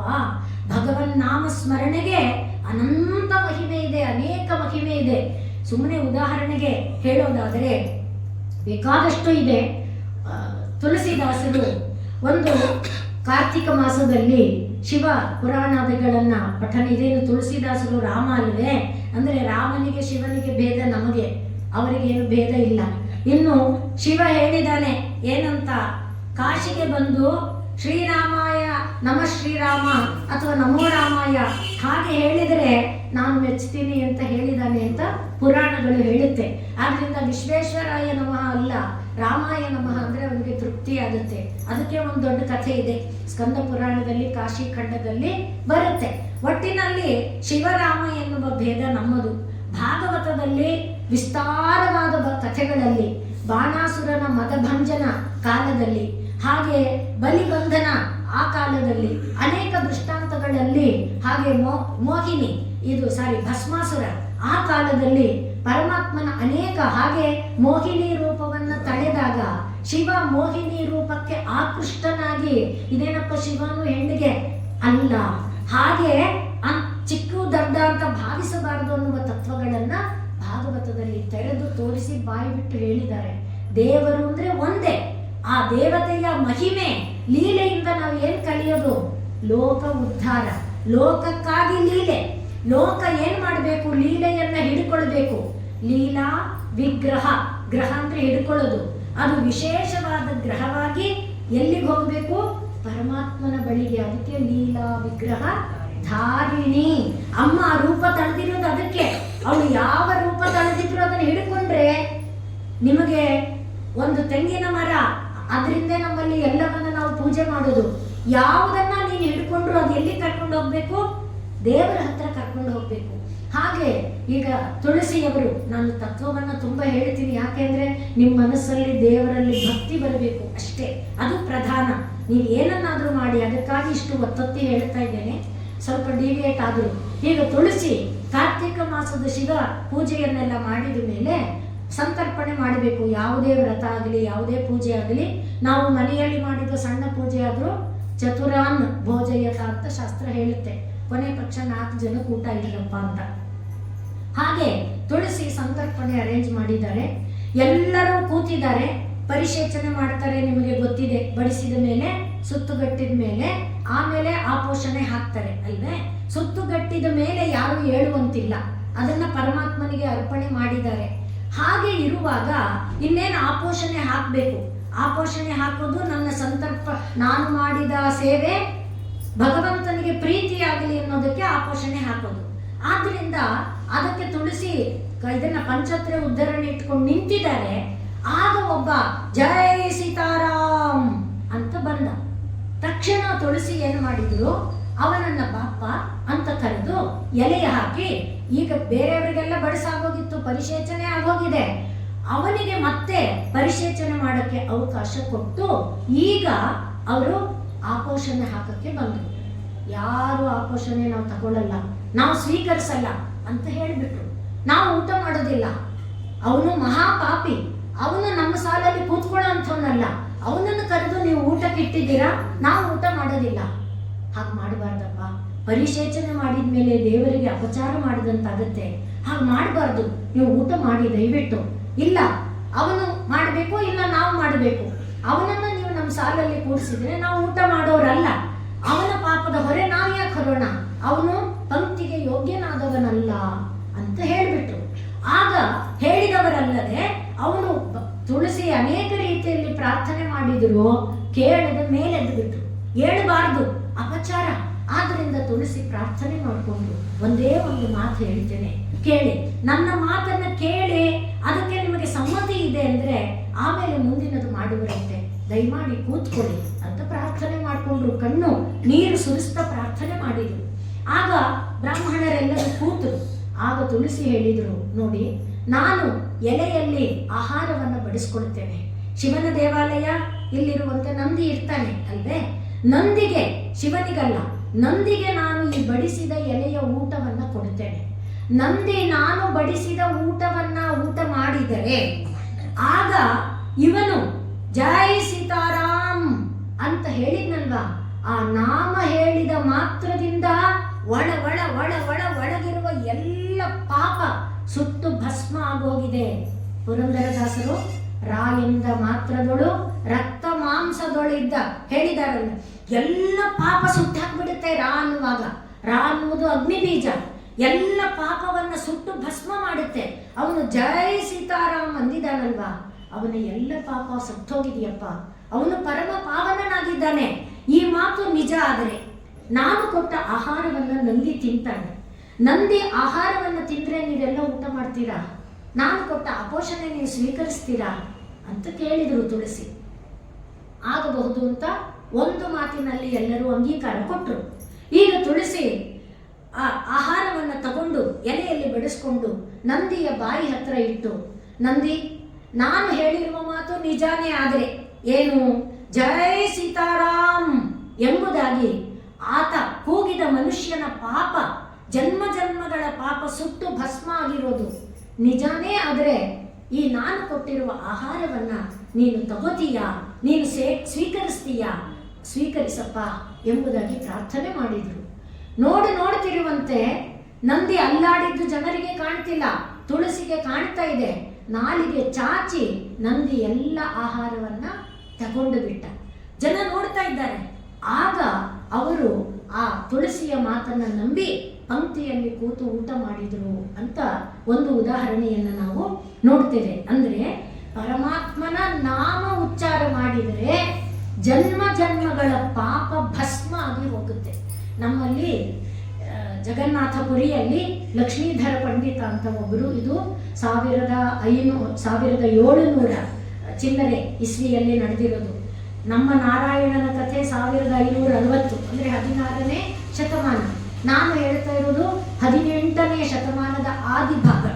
ಇದೆಲ್ಲ ಮುಸಲ್ಮಾನರ ಆಕ್ರಮಣ ಜಾಸ್ತಿ ಆಗಿದ್ದಂಥ ಕಾಲ. ಒಂದು ಶುದ್ಧವಾದ ಬ್ರಾಹ್ಮಣರ ಮನೆ. ಅಲ್ಲಿ ಬ್ರಾಹ್ಮಣ ಅಂದರೆ ಸದಾಚಾರ ನಿರತರಾಗಿರುವಂಥ ಒಬ್ಬ ಮನೆಯಲ್ಲಿ, ಅಂದರೆ ಆ ಕಾಲದ ಸ್ತ್ರೀಯರು ಚೆನ್ನಾಗಿ ಅರಿಶಿನ ಹಚ್ಚಿ, ದೊಡ್ಡ ಕುಂಕುಮ ಇಟ್ಟು, ಅಡ್ಡ ಕುಂಕುಮ ಇಟ್ಟು, ನಿಮಗೆ ಕಣ್ಣು ಮುಂದೆ ಬರುತ್ತಲ್ವಾ, ಅಂಥ ಮನೆಯ ಹೆಣ್ಣು ಪತಿವ್ರತ ಸ್ತ್ರೀ. ಆಕೆ ಪತಿಯ ಸೇವೆಯನ್ನು ಶ್ರದ್ಧಾಭಕ್ತಿಯಿಂದ ಮಾಡ್ತಾ ಇದ್ದಂಥ ಆಕೆ ಮನೆಗೆ ಎಲ್ಲ ಸೇವೆಯನ್ನ ಪತಿಗೆ ಮಾಡಬೇಕಾದದ್ದನ್ನೆಲ್ಲ ಮಾಡಿ, ಮನೆಗೆ ಬೇಕಾದ ಶುದ್ಧೋದಕವನ್ನ ತರೋದಕ್ಕೆ ಅಂತ ನದಿಗೆ ಬಂದಿದ್ದಾರೆ. ಬಂದವರು ಮನೆಗೆ ಹಿಂತಿರುಗಿ ಬರಲಿಲ್ಲ. ಆಚಾರ್ಯರು ಮನೆಯಲ್ಲಿ ಅವರ ಹೆಸರು ಕೊಟ್ಟಿಲ್ಲ ಅಲ್ಲಿ. ಅವರು ಮನೆಗೆ ಬರಲಿಲ್ವಲ್ಲ ಪತ್ನಿ, ಕಾದ್ರು ಕಾದ್ರು ಕಾದ್ರು. ಕೊನೆಗೆ ಪತ್ನಿಯನ್ನ ಹುಡುಕ್ತಾ ಬಂದ್ರು. ಪತ್ನಿ ಊರಲ್ಲೆಲ್ಲ ಹುಡುಕಿದ್ರು, ಸಿಕ್ಕಿಲ್ಲ. ಕೊನೆಗೆ ಮನೆಯನ್ನ ಬಿಟ್ಟು ಪತ್ನಿ ಅಂಥ ಸದಾಚಾರ ಸನ್ನಿಷ್ಠ ಸ್ತ್ರೀ, ಪತಿವ್ರತ ಧರ್ಮನಿಷ್ಠ ಸ್ತ್ರೀ, ಅವಳನ್ನ ಹೇಳಿದ್ರೆ ಪರಮಾತ್ಮ ಪ್ರತ್ಯಕ್ಷ ಆಗ್ಬೋದು, ಅಂಥ ಸ್ತ್ರೀ, ಅಂಥವಳನ್ನ ನಾನು ಕಳ್ಕೊಂಡು ಬಿಟ್ನಲ್ಲ ಅಂತ ಹುಡುಕ್ತಾ ಹುಡುಕ್ತಾ ಹುಡುಕ್ತಾ ಕ್ಷೇತ್ರಗಳನ್ನ ದರ್ಶನ ಮಾಡ್ತಾ ಪತ್ನಿಯ ದುಃಖವನ್ನ ಮರೀತಾ ಬರ್ತಾ ಇದ್ದಾಳೆ. ಹಾಗೆ ಬರ್ತಾ ಕಾಶಿ ಮೊದಲಾದ ಕ್ಷೇತ್ರಗಳನ್ನು ದಾಟಿ ಈಗ ಎಲ್ಲಿಗೆ ಬಂದಿದ್ದಾರೆ? ಜಗನ್ನಾಥಪುರಿ ಕ್ಷೇತ್ರಕ್ಕೆ ಬಂದಿದ್ದಾರೆ. ಪುರಿ ಕ್ಷೇತ್ರದಲ್ಲಿ ಅವರು ಸುತ್ತಾಡಿಕೊಂಡು ಬರ್ತಾ ಇದ್ದಾರೆ. ರಾತ್ರಿಯಾಗಿದೆ. ಇದೇ ಸಂದರ್ಭದಲ್ಲಿ ಕಂಚಿ, ನಮ್ಮ ದಕ್ಷಿಣದ ಕಂಚಿಯಲ್ಲಿ ಮಧುಸೂದನೇಂದ್ರ ಸರಸ್ವತಿ ಎನ್ನುವವರು ಕಂಚಿ ಆಚಾರ್ಯರ ಬಳಿ ಅಧ್ಯಯನ ಮಾಡ್ತಾ ಇದ್ದಂಥವರು. ಅವರು ಭಗವಂತನ ನಾಮದ ಮಹಿಮೆಯ ಕುರಿತು ಹೇಳುವಾಗ, ನೋಡಪ್ಪ ಲಕ್ಷ್ಮೀಧರ ಪಂಡಿತ ಅವನು ಇದಕ್ಕೆ ಸಾಕ್ಷಿ. ಲಕ್ಷ್ಮೀಧರ ಪಂಡಿತ ಭಗವನ್ನಾಮದ ಮಹಿಮೆಯ ಕುರಿತು ಅನೇಕ ವಿಚಾರಗಳನ್ನು ಹೇಳಿದಾನಪ್ಪ. ಅವನ ಹತ್ರ ಪ್ರತ್ಯಕ್ಷ ಸಾಕ್ಷಿ ಬೇಕಾದಷ್ಟಿದೆ, ನೀನು ಅವನಿಂದ ಅದನ್ನು ತಿಳ್ಕೊಂಡು ಬಾ ಅಂತ ಯಾರು? ಕಂಚಿ ಶಂಕರಾಚಾರ್ಯ ಮಠದ ಗುರುಗಳು ಹೇಳಿದ್ದನ್ನ ತಕೊಂಡು ಮಧುಸೂದನೇಂದ್ರ ಸರಸ್ವತಿ ಲಕ್ಷ್ಮೀಧರ ಪಂಡಿತನ ಮನೆಯನ್ನ ಹುಡುಕ್ತಾ ಜಗನ್ನಾಥಪುರಿಗೆ ಬಂದಿದ್ದಾರೆ. ಮನೆ ಗೊತ್ತಿಲ್ಲ, ಕತ್ತಲಾಗ್ಬಿಟ್ಟಿದೆ. ಬಂದು ಬಂದು ಸುಸ್ತಾಗಿತ್ತು, ಒಂದು ಜಗಲಿ ಮೇಲೆ ಕೂತ್ಕೊಂಡಿದ್ದಾರೆ. ಇದೇ ಸಂದರ್ಭಕ್ಕೆ ಒಬ್ಬ ವ್ಯಕ್ತಿ, ಈಗ ನಾವು ಹೇಳಿದ್ವಲ್ಲ, ಆ ವ್ಯಕ್ತಿ ಮತ್ತೊಬ್ಬ ವ್ಯಕ್ತಿ ಜೊತೆಯಲ್ಲಿ, ಆ ಮತ್ತೊಬ್ಬ ವ್ಯಕ್ತಿ ತಲೆಗೆಲ್ಲ ಬುರ್ಕ ಹಾಕೊಂಡಿರೋ ವ್ಯಕ್ತಿ, ಆ ವ್ಯಕ್ತಿಯ ಜೊತೆಯಲ್ಲಿ ಮನೆ ಹಿತ್ತಲು ಬಾಗಿಲಿಂದ ಪ್ರವೇಶ ಮಾಡಿದ್ದನ್ನ ಯಾರು ನೋಡಿದ್ರು? ಮನೆಯ ಜಗಲಿ ಮೇಲೆ ಕೂತಿದ್ದ ಮಧುಸೂದನೇಂದ್ರ ಸರಸ್ವತಿಗಳು ನೋಡಿದ್ರು. ಏನಾಗುತ್ತೆ ನೋಡೋಣ ಅಂತ ಒಳಗಡೆ ಮಾತಾಡೋದ್ರ ಕಡೆ ಕಿವಿ ಕೊಟ್ರು. ಆ ಬಂದಿದ್ರಲ್ಲ ವ್ಯಕ್ತಿ, ಅವರು ಹೇಳ್ತಾ ಇದ್ದಾರೆ, ಈಕೆ ನನ್ನ ಪತ್ನಿ ಆಗಿದ್ದವಳು, ಇವಳನ್ನ ಮುಸಲ್ಮಾನರು ತಗೊಂಡು ಬಿಟ್ಟು ಏನೇನೋ ಆಗಿದೆ. ಈಗ ಈಕೆ ಈ ಕ್ಷೇತ್ರದಲ್ಲಿ ಇಲ್ಲಿ ಅವಳು ಸಿಕ್ಕಬಹುದು ಅನ್ನೋದು ಗೊತ್ತಿಲ್ಲ. ಪಾಪ ಅಲೆದಾಡಿ ಸುಸ್ತಾಗಿ ಬಂದಿದ್ದಾರೆ. ಇಲ್ಲೂ ಕೂಡ ನೀರ್ ತರಕ್ಕೆ ಬಂದಿದ್ದಾರೆ. ಆಕೆ ಬಂದವರು ಪತಿಯನ್ನ ಕಂಡ್ರಲ್ಲ, ತಕ್ಷಣ ಕೊಡವನ್ನ ಕೆಳಗಿಟ್ಟು ಪತಿಯ ಪಾದವನ್ನ ಭದ್ರವಾಗಿ ಹಿಡಿದು, ನನ್ನನ್ನು ದಯಮಾಡಿ ಕೋಪಿಸಿಕೊಳ್ಬೇಡಿ, ನಿಮ್ಮನೆಯಲ್ಲಿ ಪಾತ್ರೆ ಮುಸುರೆ ತೊಳೆಯುವ ಕೆಲಸಕ್ಕಾದ್ರೂ ಹಾಕೊಳ್ಳಿ, ನನ್ನನ್ನು ದೂರ ಮಾಡಬೇಡಿ, ನಾನು ಪಾಪಿ ನಿಜ, ಆದರೆ ನಿಮ್ಮ ಸೇವೆ ಮಾಡೋ ಭಾಗ್ಯವನ್ನ ನನಗೆ ಕೊಡಲೇಬೇಕು ಅಂತ ಬೇಡ್ಕೊತಾ ಇದ್ದಾಳೆ ಕಣ್ಣೀರು ಸುರಿಸಿ. ಈಗ ಇವರು ಶಾಸ್ತ್ರನಿಷ್ಠರು, ಏನು ಮಾಡಬೇಕು ಗೊತ್ತಿಲ್ಲ. ಶಾಸ್ತ್ರ ಏನು ಹೇಳುತ್ತೆ ಅಂದ್ರೆ ನಡುವಂತ ವಿಚಾರ ಇದು ಅಲ್ವೇ, ಇದನ್ನು ಸ್ವೀಕರಿಸಬಹುದೇ? ಭಯ. ಆದ್ದರಿಂದ ಇವರು ಲಕ್ಷ್ಮೀಧರ ಪಂಡಿತ ಇದಕ್ಕೆ ಪರಿಹಾರ ಕೊಡ್ತಾನೆ ಅಂತ ಲಕ್ಷ್ಮೀಧರ ಪಂಡಿತನ ಮನೆಗೆ ಬಂದಿದ್ದಾರೆ. ಆಕೆನೂ ಕರ್ಕೊಂಡು ಬಂದಿದ್ದಾರೆ. ಒಳಗಡೆ ಈ ವಿಚಾರ ಚರ್ಚೆ ನಡೀತಾ ಇದೆ. ಲಕ್ಷ್ಮೀಧರ ಪಂಡಿತರು ಅವತ್ತು ದುರದೃಷ್ಟವಶಾತ್ ಇಲ್ಲ. ಅವರ ಮಗ ಇದ್ದಾನೆ. ಅವರ ಮಗ ನಮಗೆ ಗೊತ್ತಿಲ್ಲ ಅಪ್ಪ ಏನು ಬರೆದಿದ್ದಾರೋ, ಪುಸ್ತಕವನ್ನು ತರ್ತೇನೆ ಅಂತ ಗ್ರಂಥವನ್ನು ತಂದು ಗ್ರಂಥದಲ್ಲಿ ಇದ್ದ ಭಾಗವನ್ನ ಓದಿ ಅವರು ಹೇಳಿದರು, ಶ್ರೀರಾಮ್ ಅಂತ ಕೂಗಿ ಈ ಕ್ಷೇತ್ರದಲ್ಲಿರುವಂಥ ನದಿ ಇದೆಯಲ್ಲ ಅಲ್ಲಿ ಮುಳುಗಿ ಆಕೆ ಮೇಲೇಳಲಿ, ಇದೇ ಪರಿಹಾರ, ಆ ನಂತರ ನೀವು ಸ್ವೀಕರಿಸಬಹುದು ಅಂತ ಗ್ರಂಥದಲ್ಲಿದ್ದ ಮಾತನ್ನ ಅವರು ಲಕ್ಷ್ಮೀಧರ ಪಂಡಿತರ ಮಗ ಹೇಳಿದರು. ಈಗ ಈ ಮಾತನ್ನೆಲ್ಲ ಕೇಳಿಸಿಕೊಳ್ತಾ ಇದ್ದಾರೆ ಜಗಲಿಯಲ್ಲಿದ್ದ ಮಧುಸೂದನೇಂದ್ರ ಸರಸ್ವತಿ. ಬೆಳಗಾಗುವುದಕ್ಕೆ ಕಾಯ್ತಾ ಇದ್ದಾರೆ. ಆಕಾಶದಲ್ಲಿ ನಕ್ಷತ್ರಗಳು ಮರೆಯಾಗುವ ಮೊದಲು ಮಂಗಳ ಸ್ನಾನ ಮಾಡೋ ಪದ್ಧತಿ ಇದ್ದ ಕಾಲ ತಾನೆ, ಆವಾಗಲೇ ದೇವರಿಗೆ ಅರ್ಘ್ಯಾದಿಗಳನ್ನು ಕೊಡೋದು. ಆ ರೀತಿಯಲ್ಲಿ ಈಗ ಇವರಿಬ್ಬರು ಬಂದಿದ್ದಾರೆ. ಆ ವೇಳೆಗೆ ಹೇಗೆ ಸುದ್ದಿ ಗೊತ್ತಾಯ್ತೋ ಏನೋ, ಊರಿನ ಜನ ಸುಮಾರು ಜನ ಆ ದಡದಲ್ಲಿ ಸೇರಿದ್ದಾರೆ. ಈಕೆ ಈ ಬುರ್ಕ ಜೊತೆಲೇ ಇದ್ದಾರೆ. ಹೇಳಿಕೊಂಡು ಜೈ ಶ್ರೀರಾಮ್ ಅಂತ ಹೇಳ್ತಾ ನದಿಯಲ್ಲಿ ಮುಳುಗಿ ತಲೆ ಮೇಲೆತ್ತಿದರೆ, ಆಕೆ ಮನೆ ಬಿಟ್ಟಾಗ ಯಾವ ಸೀರೆ ಉಟ್ಟಿದ್ರು, ಯಾವ ರೀತಿ ಅರಿಶಿಣ ಬಳಿದು ದೊಡ್ಡ ಕುಂಕುಮ ಇಟ್ಟು ಅಡ್ಡ ಕುಂಕುಮ ಇಟ್ಟು ಯಾವ ಒಂದು ರೀತಿಯಲ್ಲಿದ್ರು ಆ ರೀತಿಯಲ್ಲಿ ನದಿಯಿಂದ ಮೇಲಕ್ಕೆ ಬಂದರು. ಇದು ಗ್ರಂಥದಲ್ಲಿ ಲಿಖಿತವಾಗಿದೆ, ಆಧಾರ ಇದೆ. ಇದನ್ನ ನೋಡಿದ ನಂತರ ಮಧುಸೂದನೇಂದ್ರ ಸರಸ್ವತಿ 8 ಪುಸ್ತಕ ಬರೆದಿದ್ದಾರೆ. ಭಗವನ್ನಾಮ ಕೌಮುದಿ ಎಂಬುದು ಅದರಲ್ಲಿ ಒಂದು ಪುಸ್ತಕ. ಅದರಲ್ಲಿ ಅದು ಒಂದನ್ನು ನಾನು ಓದಿದ್ದೇನೆ, ಅದರಿಂದ ಘಂಟಾಘೋಷವಾಗಿ ಹೇಳ್ತಿದ್ದೇನೆ, ಮಿಕ್ಕಿದ್ದು ನನಗೆ ಗೊತ್ತಿಲ್ಲ. ಅದರಲ್ಲಿ ಭಗವಂತನ ನಾಮದ ಮಹಿಮೆ ಏನು?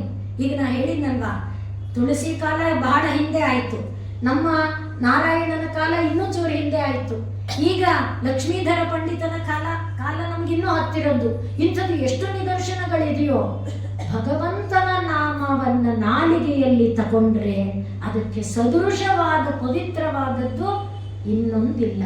ಅದನ್ನೇ ಭಾಗವತ, ಅಲ್ಲಿರೋದೇನು ಭಗವಾನ್ ಅಲ್ವೇ, ಭಗವಂತನನ್ನ ಕುರಿತು ಹೇಳುತ್ತೆ ಹೇಳುತ್ತೆ ಹೇಳುತ್ತೆ ಹೇಳುತ್ತೆ. ಆದ್ರಿಂದ ಅದು ಭಾಗವತ. ಅದನ್ನೇ ನಾರಾಯಣ ಅನ್ನುವ ಹೆಸರಿನಿಂದ ಹೇಳುತ್ತೆ, ನಾರಾಯಣೀಯ, ಅದು ಅದನ್ನೇ ಹೇಳುತ್ತೆ. ಅಂದ್ರೆ ನಾರಾಯಣೀಯದ ಮಹಿಮೆ. ಇವತ್ತಿಗೂ ಕೂಡ ನಾರಾಯಣೀಯವನ್ನ ಕೇರಳದಲ್ಲಿ ಮಾತ್ರ ಪಾರಾಯಣ ಮಾಡ್ತಾ ಇದ್ದಿದ್ದು. ಭಾಗವತವನ್ನ ಹೇಗೆ ಸಪ್ತಾಹ ರೂಪದಲ್ಲಿ ಪಾರಾಯಣ ಮಾಡ್ತಾರೆ, ಹಾಗೆ ಈ ನಾರಾಯಣೀಯ ಗ್ರಂಥವನ್ನ ಅಂದ್ರೆ 100 ಅಧ್ಯಾಯಗಳನ್ನ 7 ದಿನಗಳಲ್ಲಿ ಪಾರಾಯಣ ಮಾಡೋಕ್ಕೊಂದು ಕ್ರಮ ಇದೆ.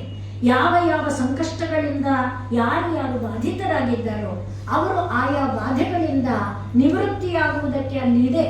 ಯಾಕೆ ಅಂದ್ರೆ ಇದು ಪರಮಾತ್ಮ ಬೋಧಿಸಿದ್ದು. ಹೇಗೆ ಶುಕಮುನಿಗೆ ದೇವತೆಗಳೆಲ್ಲ ಬಂದು ನಿಂತು ಕಥಾಮೃತವನ್ನ ನಮಗೆ ಕೊಡಿ, ಅಮೃತವನ್ನ ನಾವು ಪರೀಕ್ಷಿತನಿಗೆ ಕೊಡ್ತೇವೆ, ನಿಮಗಾಗಬೇಕಾದ್ದೇನು? ಪರೀಕ್ಷಿತ ತಕ್ಷಕನಿಂದ ಸಾಯಬಾರದು ತಾನೆ, ಅಮೃತ ಕೊಡ್ತೇವಲ್ಲ. ಆಗ ಶುಕಮುನಿಗಳು ಹೇಳ್ತಾರೆ, ಕ್ವ ಕಥಾ ಕ್ವ ಸುಧಾ, ನಿಮ್ಮ ಅಮೃತ ಎಲ್ಲಿ, ಈ ಕಥೆಯಲ್ಲಪ್ಪ, ತಕ್ಕಡಿಲಿಟ್ರೆ ಯಾವ ಸಮಕ್ಕ ಬರಲ್ಲ. ಆಗ ಬ್ರಹ್ಮ ಬಂದಂತೆ, ಬ್ರಹ್ಮ ಇದೆಲ್ಲ ಬರೆದಿದ್ದಾರೆ, ಬ್ರಹ್ಮ ಬಂದು ತಕ್ಕಡಿ ತಂದ್ರೆ ಭಾಗವತ ಇಟ್ರೆ ಭಾಗವತದ ತಟ್ಟೆ ಮೇಲೆ ಎಳ್ಳೇ ಇಲ್ಲವಂತೆ. ಅಂದ್ರೆ ಅಷ್ಟು ಮಹಿಮೋನ್ನತ. ಆದ್ರಿಂದಲೇ ಮಾ ಮುಂಚತ ಕರಿಹಿಚಿತ್, ಎಂದೂ ಬಿಡ್ಬೇಡ್ರಪ್ಪ. ಎಲ್ಲಿ ಭಾಗವತರ ನಡೆಯುತ್ತೆ, ನಾವೆಲ್ಲಿ ಹೋಗೋದು? ನಿಮ್ಮನೇಲೇ ನಡೆಯುತ್ತೆ. ನೀವೇ ಭಗವಂತ ಅನ್ನಿ, ನೀವೇ ನಾರಾಯಣ ಅನ್ನಿ, ಅದೇ ಭಾಗವತ. ಭಾಗವತ ಅಂತ ಒಂದು ಗ್ರಂಥನ ಹೇಳೋದಲ್ಲ. ನಿಮಗೆ ಯಾರು ಇಷ್ಟ ದೇವನನ್ನ ನೀವು ಹೇಳ್ತಾ ಇರಿ, ಹೋಗ್ತಾ ಬರ್ತಾ ಎದ್ದಾಗ ಬಿದ್ದಾಗ ಕೃಷ್ಣ ಎನ್ನಬಾರದೆ, ಬಿದ್ದಾಗ ಅದರಲ್ಲಿ ಹೇಳಿದ್ದಾರೆ ದಾಸರು, ಅದನ್ನೇ ಭಾಗವತದಲ್ಲಿ ಹೇಳಿದ್ದಾರೆ. ಆಕಳಿಸಿದಾಗ, ಎಡವಿದಾಗ, ಬಿದ್ದಾಗ, ಇದೇ ಶ್ಲೋಕನೇ ಇದೆ. ಶ್ಲೋಕ ಬೇಡ ಅಂತ ನಾನು ಹೇಳ್ತಾ ಇಲ್ಲ ಅಷ್ಟೇ. ಆದ್ರಿಂದ ಅವಾಗೆಲ್ಲ ನಿಮ್ಮದು ಇಷ್ಟ ದೇವರನ್ನ ಇಷ್ಟು ನೀವು ಹೇಳ್ತಿದ್ರೆ ಅದೇ ಭಾಗವತ, ಅದೇ ನಾರಾಯಣ, ಅದೇ ನಾರಾಯಣೀಯ. ಆದರೆ ಭಾಗವತದಲ್ಲಿ ಪರಮಾತ್ಮ, ನಾನೇನ್ ಹೇಳಿದೆ, ಲೀಲಾ ವಿಗ್ರಹ. ವಿಗ್ರಹ ಅಂದ್ರೆ ಹಿಡ್ಕೊಳ್ಳೋದು. ಏನನ್ನ ಹಿಡ್ಕೊಳ್ಬೇಕು? ಯಾರ್ಯಾರನ್ನು ನಂಬಬೇಡ್ರಪ್ಪ, ಭಗವಂತನನ್ನ ನಂಬಿ. ಯಾರನ್ನ ನಂಬಿದರು? ಉಪಕಾರ ಮಾಡಿದ್ರಲ್ವಾ, ನನ್ನ ಹತ್ರ ಉಪಕಾರ ಮಾಡಿಸ್ಕೊಂಡಿಲ್ಲ, ಮಾಡು, ನನ್ನ ಹತ್ರ ಮಾಡು ಅಂತ ನಮ್ಮನ್ನೇನ್ ಮಾಡ್ತಾರೆ? ಉಪಕಾರ ಮಾಡಿದಾರೆ ನಿಜ, ದುರುಪಯೋಗ ಮಾಡಿಕೊಳ್ಳೋಕೆ ಪ್ರಯತ್ನ ಮಾಡ್ತಾರೆ. ನಮ್ಗೆ 10 ಕೊಟ್ಟಿದ್ರೆ ನಮ್ಮಿಂದ 100 ಕೀಳುತ್ತಾರೆ ಅಲ್ವೇ? ಇನ್ನು ಯಾರನ್ನೋ ನಂಬಿ ಇಟ್ಟಿದ್ದೇವೆ, ನಮ್ಮ ತಲೆ ಸೌರು ಬಿಟ್ಟು ಎಲ್ಲ ನೋಡ್ತಾ ಇದ್ದೇವೆ ಪ್ರಪಂಚದಲ್ಲಿ. ಯಾರ್ಯಾರನ್ನೋ ನಂಬೇಡಿ, ಭಗವಂತನನ್ನ ನಂಬಿ. ಭಾಗವತ ಅದು ವಿಗ್ರಹ ಅಂದ್ರೆ ಹಿಡ್ಕೊಳ್ಳೋದು. ಅದು ಯಾತಕ್ಕೆ ಲೀಲೆಯನ್ನ ಮಾಡಿರೋದು? ರಾಮನಾಗಿ, ಕೃಷ್ಣನಾಗಿ, ವರಾಹನಾಗಿ, ಮತ್ಸ್ಯನಾಗಿ, ಕೂರ್ಮನಾಗಿ ಯಾರನ್ನೋ ಹಿಡ್ಕೊಳ್ರಪ್ಪ, ಕೂಗಿ ದೇವರೇ ಅನ್ನಿ, ನಿಮಗೆ ಮುಕ್ತಿಯ ದಾರಿ ಇದೆ, ನಿಮ್ಮ ಸಂಕಷ್ಟಗಳು ನಿವಾರಣೆಯಾಗುವ ದಾರಿ ಇದೆ. ಅದು ಲೀಲಾ ವಿಗ್ರಹ, ಧಾರಿಣಿ ದೇವಿಗೆ. ಆದ್ರಿಂದ ನಾರಾಯಣ ಬೇರೆ, ನಾರಾಯಣಿ ಬೇರೆ ಅಲ್ಲ. ನಾರಾಯಣಿ ಸ್ತುತಿ ನೀವು ಕೇಳಿದಿರಿ ಅಲ್ವೇ? ಸರ್ವಮಂಗಲ ಮಾಂಗಲ್ಯೆ ಶಿವೆ ಸರ್ವಾರ್ಥ ಸಾಧಿಕೆ ಶರಣ್ಯೆ ತ್ರ್ಯಂಬಕೆ ಗೌರಿ ನಾರಾಯಣಿ ನಮೋಸ್ತುತೆ. ಶರಣಾಗತ ದೀನಾರ್ಥ ಪರಿತ್ರಾಣ ಪರಾಯಣೆ ಸರ್ವಸ್ಯಾರ್ತಿ ಹರೇ ದೇವಿ ನಾರಾಯಣಿ ನಮೋಸ್ತುತೆ. ಸೃಷ್ಟಿ ಸ್ಥಿತಿ ವಿನಾಶಾನಾಂ ಶಕ್ತಿಭೂತೆ ಸನಾತನಿ ಗುಣಾಶ್ರಯೇ ಗುಣಮಯೇ ನಾರಾಯಣಿ ನಮೋಸ್ತುತೆ. ಎಲ್ಲರ ಕಷ್ಟವನ್ನ ಸರ್ವಸ್ಯ ಆರ್ತಿ ಹರೆ, ಅಲ್ಲಿ ದೇವಿ ಇಲ್ಲಿ ದೇವ, ನಾರಾಯಣ ನಾರಾಯಣಿ ಅಷ್ಟೇ, ವ್ಯತ್ಯಾಸ ಏನೂ ಇಲ್ಲ. ಆ ನಾರಾಯಣ ನಾರಾಯಣಿನೇ ಅಲ್ಲ, ಇಷ್ಟ ಬಂದ ದೇವರು ನಾರಾಯಣನೇ. ಅದಕ್ಕೆ ಮತ್ತೆ ಮತ್ತೆ ಹೇಳಿದ್ದು, ನಿಮ್ಮ ಇಷ್ಟ ಬಂದ ದೇವರನ್ನ ನೀವು ಹೇಳಿದ್ರೆ ಅಲ್ಲೇ ಭಾಗವತ. ಅದನ್ನು ಬಿಡಬೇಡಿ ಬಿಡಬೇಡಿ ಬಿಡಬೇಡಿ. ಅದನ್ನೇ ನಾರಾಯಣೀಯದಲ್ಲಿ ನಾರಾಯಣ ಕರ್ತೃ ಇದ್ದಾನಲ್ಲ, ಅವನು ಕೂಗಿ ಕೂಗಿ ಹೇಳ್ತಾನೆ, ದೇವರ ಹೆಸರನ್ನು ಹೇಳ್ರಪ್ಪ, ದೇವರ ಹೆಸರನ್ನ ಕೊಂಡಾಡಿ. ಆದ್ರಿಂದ ಈ ಭಾಗವತ ಇದೆಯಲ್ಲ, ಶ್ರೀಮದ್ ಭಾಗವತಾಖ್ಯೋಯಂ, ಇದೇನು ಪ್ರತ್ಯಕ್ಷ ಕೃಷ್ಣ ಏವಹಿ, ಕೃಷ್ಣ ಬೇರೆ ಭಾಗವತ ಬೇರೆ ಅಲ್ಲ. ಅದಕ್ಕೆ ನಿದರ್ಶನ ಏನು? ಮತ್ತೆ ಪರಮಾತ್ಮ ದ್ವಾಪರ ಯುಗ ಮುಗೀತಾ ಬಂತು, ಕೃಷ್ಣನನ್ನ ಕೃಷ್ಣನನ್ನ ನೀನು ಇಲ್ಲಿ ಬಂದು ಮಾಡಿದ ಲೀಲೆ ಆಯ್ತಪ್ಪ, ಹಿಂತಿರುಗಿ ಬಾ ಅಂತ ಕರೆಯೋದಕ್ಕೆ ದೇವತೆಗಳೆಲ್ಲ ಬಂದಿದ್ದಾರೆ. ಆಗ ಅದನ್ನು ಕೃಷ್ಣ ಒಪ್ಪಿಕೊಂಡ. ಅವನು ಹೋಗುವ ಸಂಕಲ್ಪ ಮಾಡಿ ಉಪಸಂಹಾರ ಮಾಡಿಕೊಳ್ಳೋದಕ್ಕೆ ಕೂತಿದ್ದಾನೆ. ಉದ್ಧವ ಓಡಿ ಬಂದ್ಬಿಟ್ಟ. ಎಲ್ಲ ವ್ಯವಸ್ಥೆ ಮಾಡಾಗಿದೆ. ಎಲ್ಲ ವ್ಯವಸ್ಥೆ ಮಾಡಾಗಿರುವಾಗ ಇನ್ನು ತಾನು ಹೋಗ್ತಾ ಇದ್ದಾನೆ. ಬಲರಾಮನನ್ನು ಕಳಿಸಾಗ ಹೋಗಿದೆ. ಕೃಷ್ಣ ಈಗ ಧ್ಯಾನದಲ್ಲಿ ಕೂತಿರುವಾಗ ಓಡಿ ಬಂದ ಉದ್ಧವ. ಕೃಷ್ಣ, ನೀನು ಹೊರಟೋದ್ರೆ ಗತಿ ಏನು? ಕಲಿಯನ್ನ ಹಿಡಿಯೋರು ಯಾರು? ಕೃಷ್ಣ, ಕಲಿಯ ಬಾಧೆ ನಮ್ಗೆಲ್ಲ ಗೊತ್ತಾಗ್ತಾ ಇದೆ. ಅಯ್ಯಯ್ಯೋ ಅಂತ ನಾವು ಒದ್ದಾಡಬೇಕಿಲ್ಲ. ಕಲಿಯ ನಿವಾರಣೆಗೆ ಇರುವ ಒಂದೇ ಅಸ್ತ್ರ ಭಗವಂತ. ಯಾಕೆಂದ್ರೆ ಕಲಿ ಪ್ರತಿಜ್ಞೆ ಮಾಡಿದ್ದಾನೆ, ಎಲ್ಲಿ ಭಗವಂತನ ಹೆಸರಿದೆ ಅಲ್ಲಿ ನಾನು ಹೋಗಲ್ಲ, ಎಲ್ಲಿ ಭಗವಂತನ ಪೂಜೆ ನಡೀತಿದೆ ಅಲ್ಲಿ ನಾನು ಹೆಜ್ಜೆ ಇಡಲ್ಲ. ಎಲ್ಲಿ ಭಾಗವತ ಅಂತ ಹೇಳಿದ್ರೆ ಮತ್ತೆ ಹೇಳ್ತೀನಿ, ಗ್ರಂಥ ಇಟ್ಟು ಅಲ್ಲ, ಭಗವಂತನ ಹೆಸರು ಹೇಳ್ತಾ ಇರೋ ಜಾಗದಲ್ಲಿ ಕಲಿ ಬರೋದಿಲ್ಲ. ಆ ಕಲಿ ನಿಮ್ಮ ಹತ್ರ ಬಂದು ಆಟ ಆಡಬಾರ್ದಾ? ದೇವರ ಸ್ಮರಣೆ ಮಾಡಿ, ದೇವರನ್ನ ನೆನೆಯಿರಿ. ಆದ್ರಿಂದ ಕೃಷ್ಣ, ನೀನು ಹೊರಟೋದ್ರೆ ಕಲಿ ನಿಗ್ರಹ ಎಲ್ಲಿ ಅಂತ ಉದ್ಧವ ಕೂಗಿದಾಗ ಕೃಷ್ಣ ಹೇಳ್ತಾ ಇದ್ದಾನೆ, ನನ್ನ ಶಬ್ದಮೂರ್ತಿ ರೂಪ ಭಾಗವತ, ನಾನು ಬೇರೆ ಭಾಗವತ ಬೇರೆ ಅಲ್ಲ. ಶ್ರೀಮದ್ ಭಾಗವತಾಖ್ಯೋಯಂ ಪ್ರತ್ಯಕ್ಷ ಕೃಷ್ಣ ಏವಹಿ. ಆದ್ರಿಂದ ಅದನ್ನ ನಾವು ಹಿಡ್ಕೊಳ್ಬೇಕು. ಆ ಭಾಗವತವನ್ನು ನಾವು ಆಶ್ರಯಿಸಿಕೊಂಡ್ರೆ ಅದು ಆ ಪರಮಾತ್ಮನನ್ನು ನಾವು ಆಶ್ರಯಿಸಿದಾಗ ಎಲ್ಲ ದುಃಖಗಳಿಂದ ನಾವು ದೂರ ಆಗೋದಕ್ಕೆ ಸಾಧ್ಯ ಇದೆ. ಆದ್ರಿಂದ ಶ್ರೀಮದ್ ಭಾಗವತಾಖ್ಯೋಯಂ ಪ್ರತ್ಯಕ್ಷ ಕೃಷ್ಣ ಏವಹಿ ಸ್ವೀಕೃತೋಸಿ ಮಯಾನಾಥ. ನಾನು ನಿನ್ನನ್ನು ತಗೊಂಡಿದ್ದೇನಪ್ಪ. ಏನು? ನಿನ್ನ ನಾಮವನ್ನು ನಾಲಿಗೆಯಲ್ಲಿ ಆಡ್ತಾ ಇದ್ದೇನೆ. ನಾನು ನಿನ್ನ ದಾಸ, ನನ್ನನ್ನು ನೀನು ರಕ್ಷಿಸಬೇಕು. ಈ ರೀತಿಯಲ್ಲಿ ನಾರಾಯಣೀಯದಲ್ಲಿ ನಾರಾಯಣ ಎನ್ನುವ ಕವಿ ನಾರಾಯಣಮಯವಾಗಿ ತಾನು ಭಾವಿಸಿದ್ದಾನೆ. ಅದರಲ್ಲಿ 38 ಅಧ್ಯಾಯಗಳನ್ನು ಎಲ್ಲ ಅವತಾರಗಳಿಗೆ ಹೇಳಿದ್ದಾನೆ. ಇಷ್ಟೊತ್ತು ನಾನು ಹೇಳಿದೆ, ಇಷ್ಟ ದೈವ ಒಂದಿರುತ್ತೆ, ಒಬ್ಬೊಬ್ಬನಿಗೆ ಒಂದೊಂದು ಇಷ್ಟ ದೈವ. ಇದನ್ನ ಮತ್ತೆ ನಾವು ಹೇಳ್ಕೊಳ್ಬೇಕಾದ್ರೆ ಅದಕ್ಕೆ ನಮ್ಮ ಸಂಸ್ಕಾರ ಕಾರಣ ಇರುತ್ತೆ. ಆದರೆ ಅದು ತಪ್ಪಲ್ಲ. ಈಗ ದಾರಿನಲ್ಲಿ ನಮಗೆ ಅಡಿಗೆ ಮಾಡೋದಕ್ಕೆ ತರಕಾರಿನೋ ಸೊಪ್ಪು ಬೇಕಾಗಿದೆ. ಅಯ್ಯೋ, ಇವತ್ತು ತರಕಾರಿ ಇಲ್ಲ, ಮಕ್ಕಳಿಗೆ ಬುತ್ತಿ ಬೇಗ ಕಟ್ಟಬೇಕು, ಒಬ್ಬ ತರಕಾರಿನೂ ಬರಲಿಲ್ವೇ ಅಂತ ಮನೆ ಒಳಗೆ ಹೊರಗೆ ತಾರಾಡ್ತಿರ್ತೀವಿ. ಯಾರೋ ಒಬ್ಬ ತರಕಾರಿ, ಹುರುಳಿಕಾಯಿ, ಕ್ಯಾರೆಟು, ಟೊಮೆಟೊ ಅಂತ ಕೂತ್ಕೊಂಡು ಬಂದ. ನಾವು ಅಕಸ್ಮಾತ್ ಒಳಗೆ ಹೊರಗೆ ಓಡಾಡ್ತಾ ಅಡುಗೆ ಮನೆ ಒಳಗೆ ಬಂದ್ಬಿಟ್ಟಿದ್ರೆ ಮನೆಯವ್ರು ಹೇಳ್ತಾರೆ, ನೋಡು ತರಕಾರಿ ಅಂತಿದೆಯಲ್ಲ, ಕೂಗ್ತಿದ್ದಾನೆ. ಅವನು ನಮ್ಮವನಲ್ಲ, ಅಲ್ಲ ನಿಮ್ಮವನು ಅಂದ್ರೆ ತರಕಾರಿ ಅಂತ ಓಡಾಡ್ತಿದ್ಯಲ್ಲ, ಇದ್ಯಾಕೆ ನಮ್ಮವನು ಬರಬೇಕು ಅಂದ್ರೆ ನಾನು ಪ್ರತಿದಿನ ತಗೊಳ್ಳೋನೊಬ್ಬ ಇರ್ತ. ಇದೆಲ್ಲರ ಜೀವನದಲ್ಲಿ ಇದೆ ತಾನೆ. ಅವನೇ ನಿಮಗೆ 4 ಆಣೆ ಕಡಿಮೆ ಕೊಡ್ತಾನ ಅಥವಾ 4 ಕ್ಯಾರೆಟ್ ಜಾಸ್ತಿ ಎತ್ತಾಕ್ತಾನ? ಹೇಳ್ತಾನೆ ಬಾಯಿನಲ್ಲಿ, ಅಮ್ಮ ನಿಮಗೋಸ್ಕರ 25 ಪೈಸೆ ಕಡಿಮೆ ಮಾಡ್ತೀನಿ, 1 ರೂಪಾಯಿ ಅಂತಾನೆ. ಪಕ್ಕದ ಮನೇಲಿ ಅದಕ್ಕಿಂತ ಕಡಿಮೆ ಕೊಟ್ಟಿರ್ತಾನೆ, ಬೇಕಾದ್ರೆ ವಿಚಾರಿಸಿ ನೋಡಿ. ಅಂದ್ರೆ ನಡೆಯುತ್ತೆ ತಾನೆ ಇದೆಲ್ಲ. ಯಾಕೆ ಅವನನ್ನ ನಾವು ಆಶ್ರಯಿಸೋದು? ಅವನೇ ನಮ್ಮ ಸೋದರ ಮಗನ, ನಮ್ಮ ಏನೂ ಅಲ್ಲ, ನನ್ ಕಡಿಮೆನೂ ಕೊಡಲ್ಲ.